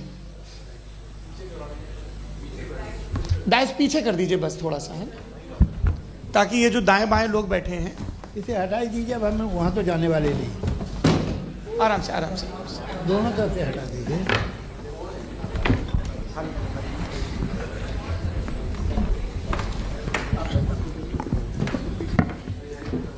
इस बीच आप लोग भी अपने अपने सवाल तैयार कर लें। ये ध्यान रखेंगे कि मैं यहाँ से सवाल लूँगा, आप लोगों को अपना हाथ ऊपर करना है, अपना नाम बताना है और अधिकतम 3 वाक्यों में अपना सवाल पूरा करना है। कई लोग सवाल की जगह भाषण देने लगते हैं, उससे आज बचना है। जी मुफ्ती साहब, पहला सवाल आपका, 16 मिनट हैं, हम दोनों लोगों के सवाल लेंगे। जी जी बहुत शुक्रिया। आपकी जो अभी बात हुई बहुत अहम थी, मैं इसको चाहूँगा कि आगे डिस्कस करूँ, लेकिन चूँकि अभी ये वो सेगमेंट है क्रॉस एग्जामिनेशन, तो सबसे पहला सवाल आपसे ये है कि जो मैं इतनी देर से कॉन्टिंजेंसी आर्ग्यूमेंट आपको बता रहा था, ये अकल से ही बता रहा था हजरत, आप ये बताएं कि आप इन्फिनिट रिग्रेस ऑफ कॉजेस को पॉसिबल मानते हैं या नेसेसरी बीइंग के एग्जिस्टेंस को सही समझते हैं? चूंकि 2 ही ऑप्शन हो सकता है, आप ये बताएं। देखिए, आपको मैं ईमानदारी से बात करूं, एक तो मैं कॉन्टिजेंसी वर्ड ठीक से समझता नहीं, और इस वक्त भी जो आपने अंग्रेजी के अल्फाज इस्तेमाल किए वो ज़रा थोड़े से मुझे डिफ़िकल्ट और कॉम्प्लिकेटेड लगे, तो आप ज़रा सिंपल ज़बान में सवाल कर सकते हैं? बिल्कुल कर सकता हूँ जी। यूनिवर्स की हर चीज़ कॉन्टिंजेंट होने का मतलब ये है कि वो अपने एग्जिस्टेंस में किसी के ऊपर डिपेंडेड है। जो भी चीज़ डिपेंडेड होगी वो चीज़ इंडिपेंडेंट नहीं हो सकती, तो उसका कोई ना कोई कॉज होगा। तो अब आप क्या समझते हैं कि ये इन्फिनिट रिग्रेस है, यानी कॉज पर कॉज, कॉज पर कॉज, कॉज पर कॉज, और कभी कोई यानी ये एंडलेसली चलता रहा? क्योंकि अगर ऐसा होगा तो हम तो एग्जिस्टेंस में आते ही नहीं। लॉजिकली ये मुत्तफक अलैह चीज़ है, मुत्तफक अलैह, अग्रीड अपॉन। ओके, इस पे हमने एग्री किया था कि मुश्किल शब्द आएगा तो अर्थ बताना पड़ेगा। तो इन्फिनिट रिग्रेस तो पॉसिबल नहीं है, तो कहीं ना कहीं आपको रुकना पड़ेगा ऐसे नेसेसरी बीइंग पर। नहीं, कोई जरूरत नहीं रुकने की। किसने कहा आप रुकना पड़ेगा? आप रुकते हैं खुदा पे, आप नहीं रुकते। आप कहते हैं वो हमेशा से, जब उस वक्त से जब वक्त नहीं था। आप कहाँ रुकते हैं कि अब हुआ था वो? आप नहीं कहते। हम क्यों नहीं मान सकते कि यूनिवर्स जो है और बल्कि मल्टीवर्सेस जो है वो हमेशा से हैं, वो बनती है, बिगड़ती है। एक हमारे यहाँ एक चीज़ है ब्लैक होल, वो समेट लेता है वापस, फिर ब्लास्ट होता है, फिर फैल जाता है। और इसमें हमारी तो खैर कोई औकात ही नहीं है इंसान की। एक छोटे से ज़र्रे पे हम 50-60 साल की उम्र रखते हैं, जो करोड़ों अरबों साल की कायनात है उसमें, और पैदा भी नहायत ही बेहुदा वजह से हुए थे। तो इसमें ये सोचना कि इसकी वजूहात और ये क्यों है, ये डिपेंडेंट है, ये हम देख रहे हैं, क्या मालूम। आप सोचिए कि ये जो फैल रही है कायनात, ये कहाँ फैल रही है, ये कहाँ जा रही है, और ये फैल क्यों रही है? अरे बना ली थी तुमने, रुको भैया, काफ़ी है। ये फैल क्यों रही है? ये और कौन सी कायनात जिसे मैं दूरबीन से देखता हूँ तो 2 बिलियन लाइट ईयर पे है, उससे मेरा कोई वास्ता ही नहीं है। 2 बिलियन ईयर यानी अगर मैं 80,000 माइल्स पर सेकेंड से चलूँ तो 20 करोड़ साल में वहाँ पहुँच जाऊँगा। इसकी ज़रूरत क्या थी? ये दुनिया, ये कायनात तो इंसान अशरफुल मखलूक़ात के लिए बनाई गई ना। तो ये सब ये टर्म समझ में नहीं आया। इसमें कोई ख़ास समझने वाली बात थी भी नहीं। ये जो अल्टीमेट कहा यह जाता है कि ये जो पूरी यूनिवर्स है, ये जो दुनिया है, ये इंसान के लिए बनाई गई। अच्छा, ये सब इंसान के लिए। क्यों साहब, सही है ना? बिल्कुल, लेकिन इसका ये मतलब नहीं कि किसी चीज के पीछे रीजन आपको नहीं पता तो रीजन नहीं है, इसे कहते हैं नहीं, मुझे नहीं पता, लेकिन मेरी जिम्मेदारी नहीं है। वो बिल्कुल सही कहा था उसने, बर्टन रसल ने। आपने उसे मजाक में टाल दिया कि भाई आप एक दावा कर रहे हैं, मैं क्यों कहूं कि ये गलत है दावा? आप प्रूफ कीजिए, मेरे पे जिम्मेदारी ही नहीं है, मैंने थोड़ी कहा है। आप प्रूफ कीजिए कि ये सही है। आप आर्ग्यूमेंट ऑफ कंटिंजेंसी का जवाब ही नहीं दे रहे हैं। पूछना चाहेंगे? आप सवाल पूछना चाहेंगे मुफ्ती साहब से? क्योंकि ये क्रॉस एग्जामिनेशन का दौर है। आप जैसे पहले बोल रहे थे फेथ को लेके कुछ, मैं ये पूछना चाहूँगा कि खुदा ने जो भी रेवलेशन किए हैं, एक मज़हब के लिए बहुत से मज़हबों में किए हैं, अलग अलग रेवलेशन है। कहीं कुछ एक बातें हैं, कॉन्ट्रडिक्शन भी है आपस में, कहीं कुछ आप कर सकते हैं, कहीं कुछ नहीं कर सकते। ऐसा नहीं है कि सबकी कोड ऑफ मॉरल एक है। तो ये किस्सा क्या है? अब आप ये देखिए कि मुझे कभी कभी लगता है कि जो फुटबॉल फाइनल होता है, लाखों लोग होते हैं, फिर वो टीवी कवर कर करोड़ों लोग, अगर उसमें खुदा की एक बूमिंग आवाज़ आ जाती, मैं गॉड हूँ, तो सारे लोग अभी सुन लेते और टीवी पे भी सुन लेते, किस्सा ख़त्म होता। ये इतनी राजदारी क्या है कि तुम सामने कुछ तो सबूत दे दो हमें सॉलिड। ये कह साहब ये यूनिवर्स कैसे बनी, इससे मसला क्या हल होगा? मैं पूछूंगा आपसे खुदा कैसे बना? क्यों नहीं पूछूंगा कैसे बना? बल्कि वो तो कायनात से कहीं ज़्यादा इंटेलिजेंट है, कायनात से कहीं ज़्यादा कॉम्प्लेक्स। जी वो हमेशा से है, आप कहेंगे मैं मान लूँगा। अच्छा, दोयम वो कादिर मुतलक, यानी कादिर मुतलक का मतलब ओमनीपोटेंट, वो जो चाहे कर सकता है। आपको नौकरी दिलवा सकता है, आपकी अच्छी जगह शादी करवा सकता है, आपके पड़ोसी का मुकदमा हरवा सकता है, आपको जिता सकता है, सब काम करता है। थोड़ा सा माइक क्लोज जी। वो इस दुनिया को चला कैसे रहा है? ये दुनिया कैसे चल रही है? आपको इस पर हैरत नहीं होती? या क़यामत के बाद कभी एक जस्टिस होगा, जब ये बच्चा मर चुका होगा, जिसकी धज्जियाँ उड़ गई बम से, इसको इंसाफ मिलेगा तब? अच्छा, अब जवाब दूं? हाँ जी जी, मैं इसीलिए आप की तरफ। सबसे पहले आपने रेवलेशन और स्क्रिप्चर्स की बात की, इस पे मैं बात कर सकता हूं, लेकिन आज नहीं करूंगा चूंकि वक्त कम है। कभी और इस पे डिस्कस करेंगे, मैं तैयार हूं उस पे भी बात करने के लिए। ये अभी से राउंड 2 की भूमिका तय हो रही है। Does God exist round 2? चूंकि आज गॉड के एग्जिस्टेंस पे बात है, तो मैं उसी के रिलेटेड जो है आपके सवालात को एंटरटेन भी करूंगा और मैं भी पूछूंगा।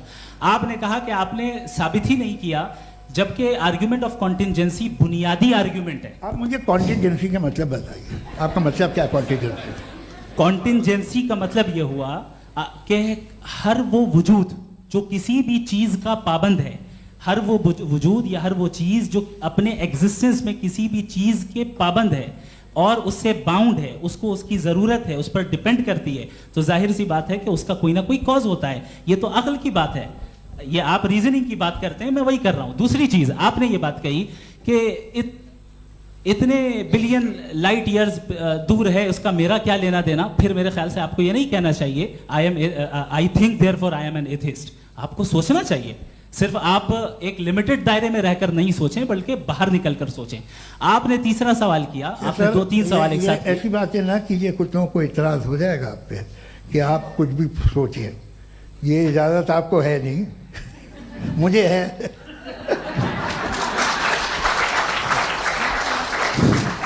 जी, आपने प्रॉब्लम ऑफ इविल के ताल्लुक से सवाल किया और बार बार आप एक लफ्ज रिपीट कर रहे हैं कि ओमनीपोटेंट गॉड है, ऑल पावरफुल गॉड है। यही तो दरअसल समझना है कि गॉड का कॉन्सेप्ट क्या है। प्रॉब्लम ऑफ इविल जो है, प्रॉब्लम ऑफ इविल दर हकीकत 2 असम्पशंस पर कायम है। अगर आप इन 2 असम्पशंस को समझ जाएं तो ये प्रॉब्लम नहीं रहेगी, आर्ग्यूमेंट आपको समझ में आ जाएगी कि ये कोलैप्स कर जाता है। पॉइंट नंबर 1, यानी जो आपका सबसे पहला फॉल्स असम्पशन है कि गॉड मर्सीफुल है, ओमनीपोटेंट है, दुनिया में जुल्म हो रहा है। लेकिन आपको यह समझना चाहिए कि हमारे वर्ल्ड व्यू के मुताबिक गॉड सिर्फ ओमनीपोटेंट और सिर्फ मर्सीफुल नहीं है, बल्कि वो ऑल वाइज भी है और वो ऑल नोइंग भी है। उसके हर काम के पीछे हिकमत और विजडम है। ये कोई जरूरी नहीं है कि वो हिकमत और विजडम आपको समझ में आए या मुझे समझ में आए। अगर आप जो समझ रहे हैं उसके मुताबिक आप फैसला कर रहे हैं, ये लिमिटेड पर्सपेक्टिव से आर्ग्यूमेंट है। और इस चीज को हम अपनी दुनिया में, अपने लाइफ में, डेली लाइफ में इस प्रिंसिपल को एक्सेप्ट करते हैं। हम जब किसी डॉक्टर के पास जाते हैं, डॉक्टर के पास जाकर वो अगर उसने हमें कोई दवाई दी है तो हम ये तो नहीं कहते कि जब तक आपके पास जितना नॉलेज और जितना विजडम नहीं है, आपने क्यों ये दवाई दी है, तब तक हम इस चीज को एक्सेप्ट नहीं करेंगे। नहीं कहते, हम उसकी अथॉरिटी को तस्लीम करते हैं। क्यों? क्योंकि उसकी हम जानते हैं कि वो नॉलेजेबल है, वो विजडम वाला है, हमसे ज्यादा नॉलेज और हमसे ज्यादा विजडम है। बताएं सर। नहीं, डॉक्टर में और खुदा में बड़ा डिफरेंस है। डॉक्टर पढ़ा लिखा होता है, एक तो मैं उसकी बात सुनूंगा। 2M ये नहीं, कुछ जवाब तो ये भी नहीं है सर। प्लीज, आप अगर सब ऑडियंस से बोलने लगेंगे तो फिर मतलब नहीं सिविलाइज्ड बहस का। मतलब आप ये कहें कि चूंकि आप डॉक्टर पे बिलीव करते हैं इसलिए खुदा पे बिलीव किए, क्या ये मिसाल आपको समझाने के लिए आर्गुमेंट है, इस पे आपको एतराज नहीं है। तो सिंपल बात ये है कि मैं अगर ये यकीन कर लूँ कि एक ओमनीपोटेंट, उसकी मसलहत है, ये जो बच्चे मर रहे हैं ये मसलहत है उसकी, मुझे नहीं चाहिए थी मसलहत। उसकी मसलहत नहीं, यही तो समझना है, मतलब एक्सपीरियंस। अच्छा, इस आपने अभी मेरी बात पूरी सुनी नहीं। मैंने कहा आपका पूरा आर्ग्यूमेंट 2 फॉल्स असम्पशंस पर है। एक फॉल्स असम्पशन मैंने बता दिया, दूसरा फॉल्स असम्पशन ये है कि इस दुनिया में इविल के होने का कोई गुड रीजन नहीं है, जबकि हमारे पास बाज रीजंस मौजूद हैं, हमारे पास बाज वजूहात मौजूद हैं। अगर इस दुनिया में इविल ना हो तो आप गुड को डिफाइन कैसे करेंगे? अगर जुल्म ना हो आप इंसाफ को समझेंगे कैसे? अगर तारीकी ना हो तो आप लाइट को समझेंगे कैसे? बहुत अच्छे। अभी और सुन लें, अभी और बाकी है। ये तो बात बहुत पसंद आई साहब मुझे कि जब तक रेप ना हो तब तक औरतों की इज्जत का ख्याल आपने मेरा जवाब पूरा सुना ही नहीं। जब तक के बच्चों का कत्ल ना किया जाए तब तक आपको बच्चों की मासूमियत की इज्जत। आपने पूरा जवाब सुना ही नहीं। क्या बात है, क्या आपने नुक्ता निकाला? आपने पूरा जवाब सुना ही नहीं। आप सुन लें, मेरी बात सुन लें। ये मैंने आपको एक चीज बताई। दूसरी चीज, इस दुनिया में हम आए हैं टेस्ट के लिए, हमारा टेस्ट हो रहा है और हर इंसान का अलग अलग अंदाज में टेस्ट होता है। और इस दुनिया में अगर इविल मौजूद है तो वो इविल जरिया है हमारे अंदर ह्यूमन नोबल क्वालिटीज को डेवलप करने का और अलग अलग फील्ड में प्रोग्रेस करने का। और अगर हमारे अंदर और इस दुनिया में इविल नहीं होता तो बताइए टेस्ट का मतलब क्या होता? अगर मैं अपने स्टूडेंट को एमसीक्यूज दूं और उसमें सिर्फ राइट आंसर लिख कर दे दूं और कहूं तुम्हारा टेस्ट हो गया, ये मीनिंगलेस है। इस दुनिया में अगर हम टेस्ट के लिए आए हैं तो जाहिर है गुड एंड इविल दोनों मौजूद है। तो अगर गुड एंड इविल दोनों मौजूद है तो ये इविल भी खुदा का बनाया हुआ है? जी हाँ, खुदा का बनाया हुआ है। लेकिन अच्छा, चलो अच्छी बात। जी बिल्कुल, तो बिल्कुल खुदा ने बनाया। अभी तो ये है कि जो मेजॉरिटी है दुनिया में वो इविल है, तो ये खुदा एक्चुअली इविल के साइड पे लग रहा है मुझे। बिल्कुल भी नहीं, मैं बताता हूं। मेजॉरिटी में तो वो है। क्या बात कर रहे हैं भाई आप? कोई भी जो मुंसिफ होगा, चाहे आपका अपना घर हो जिसके आप सबसे बड़े हैं, चाहे आपकी ऑर्गेनाइजेशन हो जो आप चलाते हैं, वहां पर आप इविल रखेंगे साबित करने को कि बाकी लोग शरीफ हैं? मेरी बात सुनिए। क्या ये आर्ग्यूमेंट ही गलत है? अगर कि जब तक के कोई इविल नहीं होगा तब तक के शरीफ आदमी शरीफ नहीं लगेगा। अगर एग्जामिनर गलत ऑप्शन दे रहा है तो एग्जामिनर इविल नहीं हो गया। जो गलत ऑप्शन को सेलेक्ट कर रहा है वो फेल होगा। क्रिएटर ने इविल को बनाया है, लेकिन वो इविल नहीं है। अच्छा सुनिए मेरी बात, एक- हाँ। Let me complete sir. जी जी क्रिएटर ने इविल को बनाया है टेस्ट के लिए, वो इविल नहीं है। इविल वो होगा जो उसे इख्तियार करेगा। छुरी को बनाने वाला गलत नहीं होता है, छुरी का गलत इस्तेमाल करने वाला गलत होता है। रेप को कैसे गलत इस्तेमाल करते हैं? रेप इंसान के फ्री विल का नतीजा है। ये रेप कैसे गलत इस्तेमाल होता है? ये मुझे अब सुन लें, अब सुन लें। गलत इस्तेमाल होता है। हाँ मैं बता रहा हूँ ना, रेप कैसे गलत इस्तेमाल? मैं बता रहा हूँ जी। कि जो इविल इस दुनिया में मौजूद है उसके कई सारे तरीके हैं। एक तरीका इंसान का अपना फ्री विल है। अब अगर कोई रेपिस्ट रेप कर रहा है तो इसका गॉड का कसूर नहीं है, वो अपने फ्री विल का गलत इस्तेमाल कर रहा है, उसको सजा मिलनी चाहिए। अच्छा। और उसी के लिए जहन्नम बनाई गई है। ये फ्री विल का भी बड़ा चक्कर। आप जब कोई बुरा काम करते हैं या कोई बुराई होती है तो ये कहा जाता है कि ये फ्री विल है। 7 billion free wills are moving on this planet. 7 billion free will. और एक आदमी अपनी फ्री विल से मुझे कत्ल कर दे तो मैं खुदा की मर्जी से मर रहा हूँ कि इसकी फ्री विल की वजह से? मेरी मौत खुदा के हाथ है या ये फ्री विल वाले के हाथ है? खुदा ने फ्री विल का निजाम बनाया है और उस निजाम का गलत इस्तेमाल करके कोई आपको मार रहा है, इस्तेमाल करके मेरा कत्ल कर देता है। अब मेरी मौत का जिम्मेदार कौन है? वो इंसान जिम्मेदार है। वो इंसान। जी। तो ये कहना कि और उसको खुदा ही उसको सजा मिलेगी। तो अब आप आगे चलिए कि ये तय करना कि अल्लाह ही या खुदा, सॉरी अल्लाह ने, खुदा ही जिंदगी देता है, खुदा ही मौत देता है, ये गलत है। बिल्कुल गलत नहीं है। हाँ नहीं, निजाम उसी ने बनाया फ्री विल का। निजाम मौत और हयात का उसी ने बनाया। You are contradicting yourself. अभी आपने कहा कि एक आदमी ने फ्री विल से आपको मार दिया, इसमें उसे फ्री विल दी गई थी, उसने गलत इस्तेमाल किया। 7 billion free wills are moving on this planet और आप चाह रहे हैं कि मैं सिर्फ खुदा का ध्यान करूं। ये 7 बिलियन फ्री विल्स को मुझे लुक आफ्टर करना पड़ेगा कि नहीं? ये तो तबाहियां कर रही हैं और तबाहियां ज़्यादा हो रही हैं। बिल्कुल। तो अगर आप बताएं अगर खुदा नहीं है फॉर एग्जाम्पल, हाँ। तो आप इविल को कैसे डिसाइड करेंगे? यानी how can you define evil objectively without God? देखिए दुनिया में 2 तरह के जानवर हैं। एक जो अकेले रहते हैं जंगल में और एक जो ग्रुप्स में रहते हैं। ग्रुप में जो भी रहेगा, चाहे वो आपका फाउंडेशन हो, चाहे कोई क्लब हो, चाहे कोई पॉलिटिकल पार्टी हो, चाहे कोई यूनिट हो, उसमें आपको इंटरैक्ट करने के रूल बनाने पड़ेंगे। यानी लोग तय करेंगे। लोग तय करेंगे। अगर लोगों ने यह तय किया कि किसी का रेप करना सही है, आप जस्टिफाई करेंगे? नहीं, आपका फाउंडेशन तो ये हो गया ना कि लोग ही विल डिसाइड करेंगे। नहीं, अरे दुनिया में ऐसे ग्रुप्स हैं जो रेप को जायज़ मानते हैं सर्टेन हालात में। मैं डिटेल में नहीं जानूंगा, आप भी जानते हैं। ये जो आईसिस वाले थे जिन्होंने क्या किया था, तो उन्होंने क्या किया उसका खुदा से कोई ताल्लुक नहीं है सर। मैंने सिंपल सवाल किया कि इविल को आप डिफाइन करते कैसे हैं? आइए वापस आइए जी। आप साथ में तभी रह सकते हैं जब कुछ आप ऐसे उसूल डेवलप करें जिसमें हर एक का बेसिक तहफ़्फ़ुज़, हर एक का बेसिक राइट हो और हर एक को कोई आराम मिले।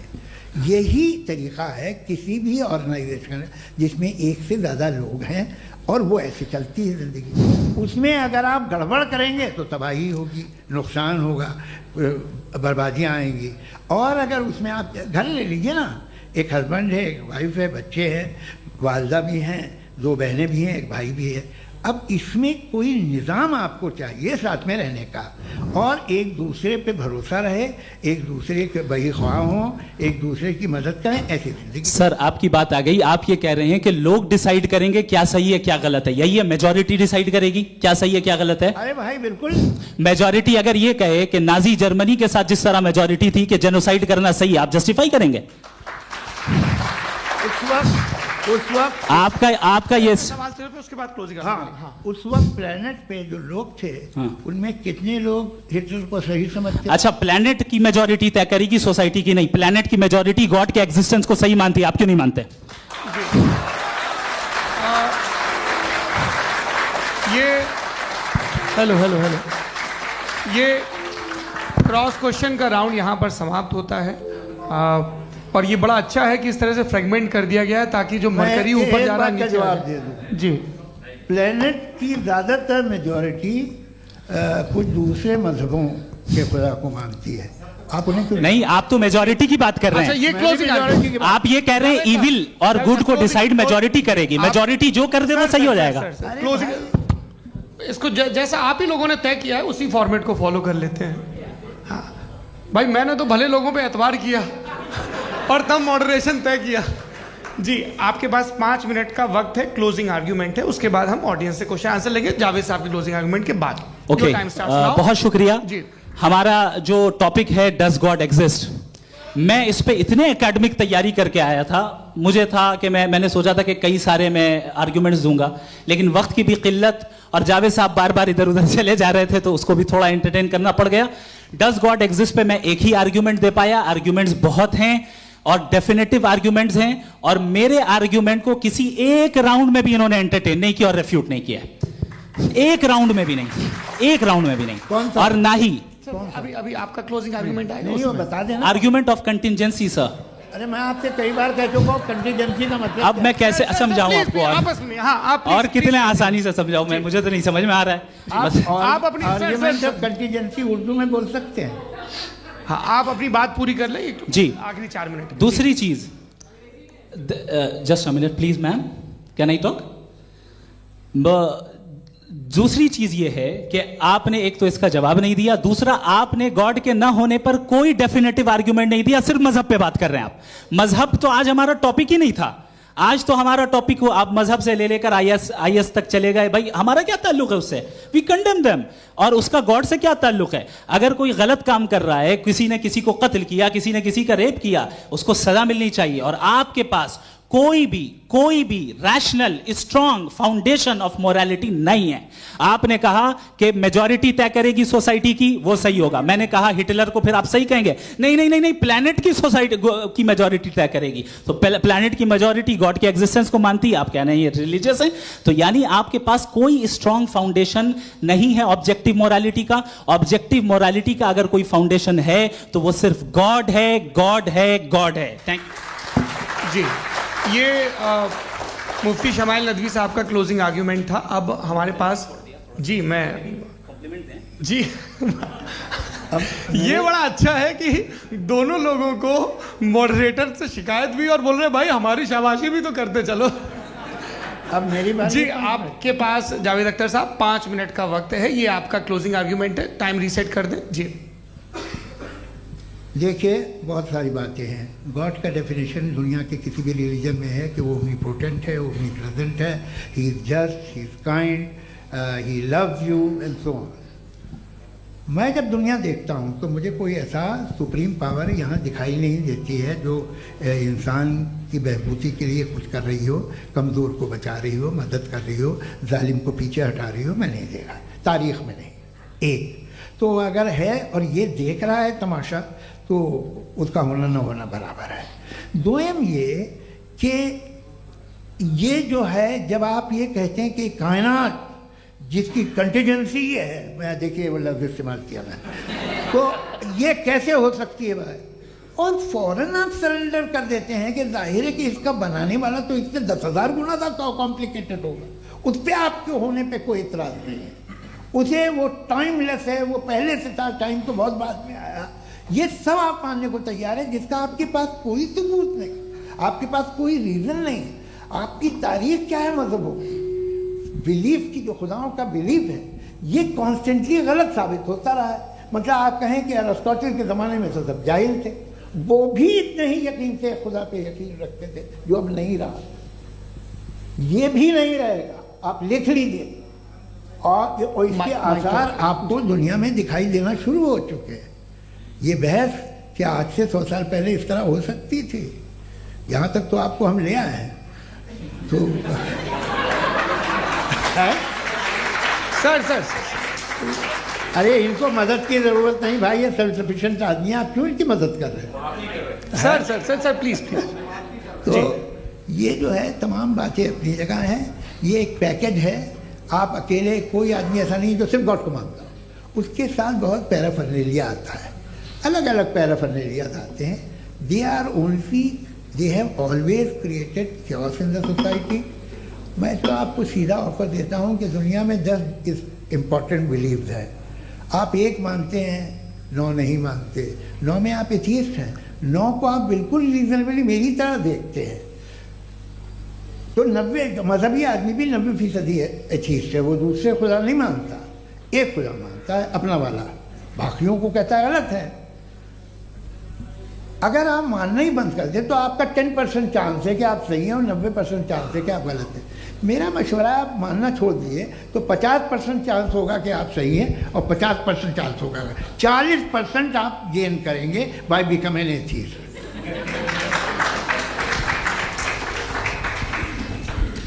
ये एक फरसूदा ख्याल है, ये ख़त्म हो रहा है। हो सकता है मेरी ज़िंदगी में ना हो, लेकिन ये हो जाएगा। जो बातें ये इनको आप मेटाफिजिकल ये वो ऐसे रिस्पेक्टेबल टर्म दे दिए, ये तो उन लोग के हैं जिन्हें ना फिज़िक्स मालूम थी ना मेटा मालूम था, ये उन्होंने आपको दिए हैं। जी बहुत शुक्रिया आप दोनों लोगों का। और अब इस बातचीत का आखिरी राउंड शुरू होगा, डज गॉड एग्जिस्ट की ये बहस मुफ्ती शमाइल नदवी और जावेद अख्तर साहब के बीच।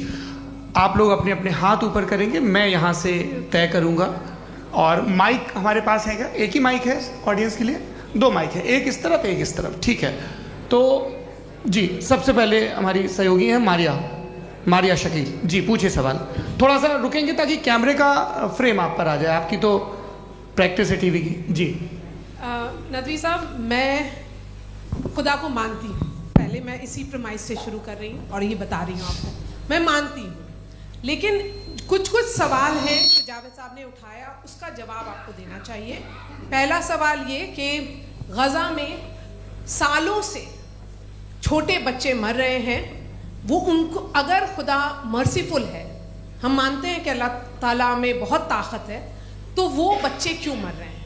दूसरी बात ये कि अगर कंटिजेंसी की जो आप बात करते हैं, पूरे मुस्लिम ममालिक मिल करके भी उन गज़ा के बच्चों को क्यों नहीं बचा पा रहे हैं? क्योंकि अगर वो चाहते, क्योंकि अल्लाह ताला उन पर हुकूमत करते हैं, सब पर हुकूमत करते हैं, तो वो उनको क्यों नहीं बचा? जी थैंक यू वेरी मच।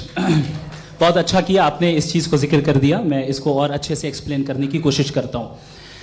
देखें, जहाँ तक आपने कहा कि गज़ा के बच्चों को मारा जा रहा है, देखें 2 वर्ल्ड व्यू है, एक एथिस्टिक वर्ल्ड व्यू, एक थीस्टिक वर्ल्ड व्यू है। बच्चे मर रहे हैं दोनों वर्ल्ड व्यू में, लेकिन हमारा वर्ल्ड व्यू कह रहा है कि रिकॉम्पेंस है, ये कह रहे हैं कि उनका मरना बेकार जाने वाला है, कोई उसका रिकॉम्पेंस नहीं है, चूंकि इनके यहाँ आखिरत और अल्लाह का कोई तसव्वुर या गॉड का कोई तसव्वुर नहीं है। आपने ये सवाल किया कि गॉड मर्सीफुल है, क्यों नहीं रोकता? ये मैंने बताया कि ये मिसकंसेप्शन है लोगों के दरमियान कि गॉड को सिर्फ मर्सीफुल और ओमनीपोटेंट समझते हैं। गॉड के सिर्फ यही 2 एट्रीब्यूट्स नहीं हैं, गॉड के कई सारे एट्रीब्यूट्स हैं, उनमें से अल हकीम भी है, उनमें से ऑल वाइज भी है, ऑल नोइंग भी है। लिहाजा अगर इस दुनिया में किसी को तकलीफ आ रही है और गॉड उसको नहीं रोक रहा है, वो इसलिए नहीं रोक रहा है चूंकि इंसानों को फ्री विल दिया गया है। ठीक इसी तरीके से अगर एक डॉक्टर किसी छोटे बच्चे को इंजेक्शन लगा रहा है, उसे तकलीफ पहुंच रही है, उसके लिमिटेड पर्सपेक्टिव के एतबार से यह गलत हो रहा है और डॉक्टर बुरा है। लेकिन जब आप ब्रॉडर पिक्चर को देखेंगी, आपके और हमारे पास सिर्फ एक पिक्सल है, हमें इतना नजर आ रहा है कि गजा में कत्ल हो रहा है, लेकिन इसके पीछे कितना रिकॉम्पेंस उनको मिलने वाला है, पूरा पिक्चर गॉड के पास है। तो एक पिक्सल से आप पूरे पिक्चर को कभी भी जज नहीं कर सकती। आप इसमें कुछ जोड़ना चाहेंगे? आपको कुछ बोलना है इसमें? भैया आपने बहुत अच्छा जस्टिफिकेशन दिया, या आप वो जो वहाँ के प्राइम मिनिस्टर इजराइल के उन्हें भेजिए, वो बहुत खुश होंगे। आप जस्टिफिकेशन दे देना कि अगर गॉड नहीं है तो बच्चे क्यों मर रहे हैं, आप बताएं। वो ये सवाल पूछ रहे हैं कि अगर आप ईश्वर का अस्तित्व नहीं मानते हैं तो उन बच्चों की मौत को आप कैसे इंटरप्रेट करते हैं? भाई ये दुनिया जो है, जो ताकतवर लोग होते हैं वो एक नाइंसाफ़ी करते हैं। तो ये अच्छा काम है, आपके नज़दीक तो नेचर नाइंसाफ़ी पे मबनी है। अरे मेरे भाई, आप नेचर की कहाँ बात कर रहे हैं, तो इंसान की बात। तो फिर जब मैं इंसान की बात कर रहा था, आप नेचर की बात करने लग गए। क्रॉस एग्जामिनेशन नहीं। हाँ, अब आप मुझे बोलने नहीं देंगे तो अलग बात है, आप बोलिए, मुझे कोई जल्दी नहीं। जी नहीं, ये क्रॉस एग्जामिनेशन, मुझे बोल तो लेने दीजिए। जी बोलिए। क्या बात ये है कि ह्यूमन सोसाइटी तभी साथ में रह सकती है जब वो मोहब्बत से, एकता से, एक दूसरे के एहतराम करके रहे। इसके अलावा पॉसिबल नहीं, अकेले तो इंसान रह नहीं सकता। वहाँ पर कुछ लोग हैं जो फाउल करते हैं, वो फाउल हम हमेशा से तारीख में होता आया है। आज ये हो रहा है, जो हो रहा है बहुत बुरा हो रहा है, बहुत जालिमाना है, बहुत जाबराना है। उसको आप कहें कि ये बच्चों को कॉम्पनसेशन मिल जाएगा या इसकी इंजेक्शन है, इंजेक्शन तो हेल्थ के लिए दिया जाता है। आप ये कह रहे हैं कि ये बच्चों की जो धज्जियां उड़ रही हैं ये इंजेक्शन है, ये टेस्ट है, ये टेस्ट है और उस टेस्ट में उनको ऐसा रिकॉम्पेंस मिलेगा जो आपके तस्वुर के बाहर है। ये आप 3 बरस के बच्चे को बारूद से उड़ा के टेस्ट ले रहे हैं, वाह। वो नहीं ले रहा है, खुदा नहीं उड़ा रहा है, इजराइल उड़ा रहा है जी। ये तो उसको कंडेम अगला सवाल लेते हैं, अगला सवाल लेते हैं प्रोफेसर पुरुषोत्तम अग्रवाल। मुफ्ती साहब, एक निवेदन आपसे है कि कम से कम थोड़ा सा माइक क्लोज एक रिलीजियस और फिलोसफिकल कर मैं प्लीज। एक रिलीजियस और फिलोसफिकल ट्रेडिशन है जो ब्रह्मांड को यानी यूनिवर्स को ही अंतिम मानती है। सर्वम खलु इदम ब्रह्मम, this is Chandogya Upanishad and it completely rules out the existence और नेसेसिटी, आपके शब्दों में necessity of a creator. The creation itself is the creator. तो एक मिनट प्लीज। दूसरा जो सवाल आपने अभी, जो आप बार बार कह रहे हैं कि भगवान विद्वान भी है, वाइज, सब जानने वाला, तो अगर विजडम में दुनिया भर के पापों और अत्याचारों को बर्दाश्त करना शामिल है तो फिर इसका मतलब ये हुआ कि अगर मैं फ्री विल से उसको अपोज करता हूं तो ईश्वर की विजडम और मेरी फ्री विल में कॉन्ट्राडिक्शन है। Because when I am opposing whatever is happening in Gaza, then I am opposing the God's will और God's wisdom। जवाब लेते हैं क्योंकि तो गॉड की विजडम में, एक मिनट सर प्लीज सर, ये एक जुमला, गॉड की विजडम है कि गाजा में जो कुछ हो रहा है वो हो रहा है, मैं उसको अपोज कर रहा हूं तो मैं गॉड की विजडम के खिलाफ जा रहा हूं। एक सवाल। दूसरा ये नहीं, आपने 2 ऑलरेडी। सर आप और सवाल कर लें लेकिन मुझे 2 जवाब दे। पहले आपने ये कहा, सुनिए मेरी बात सुनिए। इजराइल के गॉड के मुताबिक तुम्हारा ठीक हो रहा है ना? नहीं हो रहा है, ठीक नहीं हो रहा है। मैं बता रहा हूँ क्या हो रहा है, आप तशरीफ रखें, मैं बता रहा हूँ क्या हो रहा है। Late me complete please. एक सेकंड गाइस, एक सेकंड। ये देखिए, ऐसा है कि ये सब बड़ा आपस में विचार विमर्श के बाद ये तय हुआ था कि कुछ नियम बना लिए जाएं ताकि एक टाइम बाउंड बातचीत चले। और भाई साहब, आप बड़ा जरूरी काम कर रहे हैं लेकिन कैमरे के फ्रेम में आके उस काम को गड़बड़ कर दे रहे हैं। ठीक है गुरु, अब मेरे को कहीं का गुस्सा कहीं निकालना था, सॉरी। नहीं, कोई गुस्सा नहीं है जी। तो प्रोफेसर ने सवाल पूछे, आप उनके जवाब दें और थोड़ा ये सब लोग थोड़ा ख्याल रखें भाई, सवाल संक्षिप्त रखें जी। आपने 2 सवाल किया। सबसे पहला ये कहा कि हमारे पास ये कॉन्सेप्ट है कि ये यूनिवर्स खुद नेसेसरी बीइंग है, creation itself is the creator. How irrational is this कि मैं एग्जिस्ट करूंगा बाद में लेकिन अभी एग्जिस्ट कर भी रहा हूं, यानी एक ही टाइम में एग्जिस्ट भी कर रहे हैं, नहीं भी कर रहे हैं। This is not true. दूसरी चीज आपने कहा कि अगर इजराइल में, सॉरी माफ कीजिएगा, Israel doesn't exist, occupied Palestine में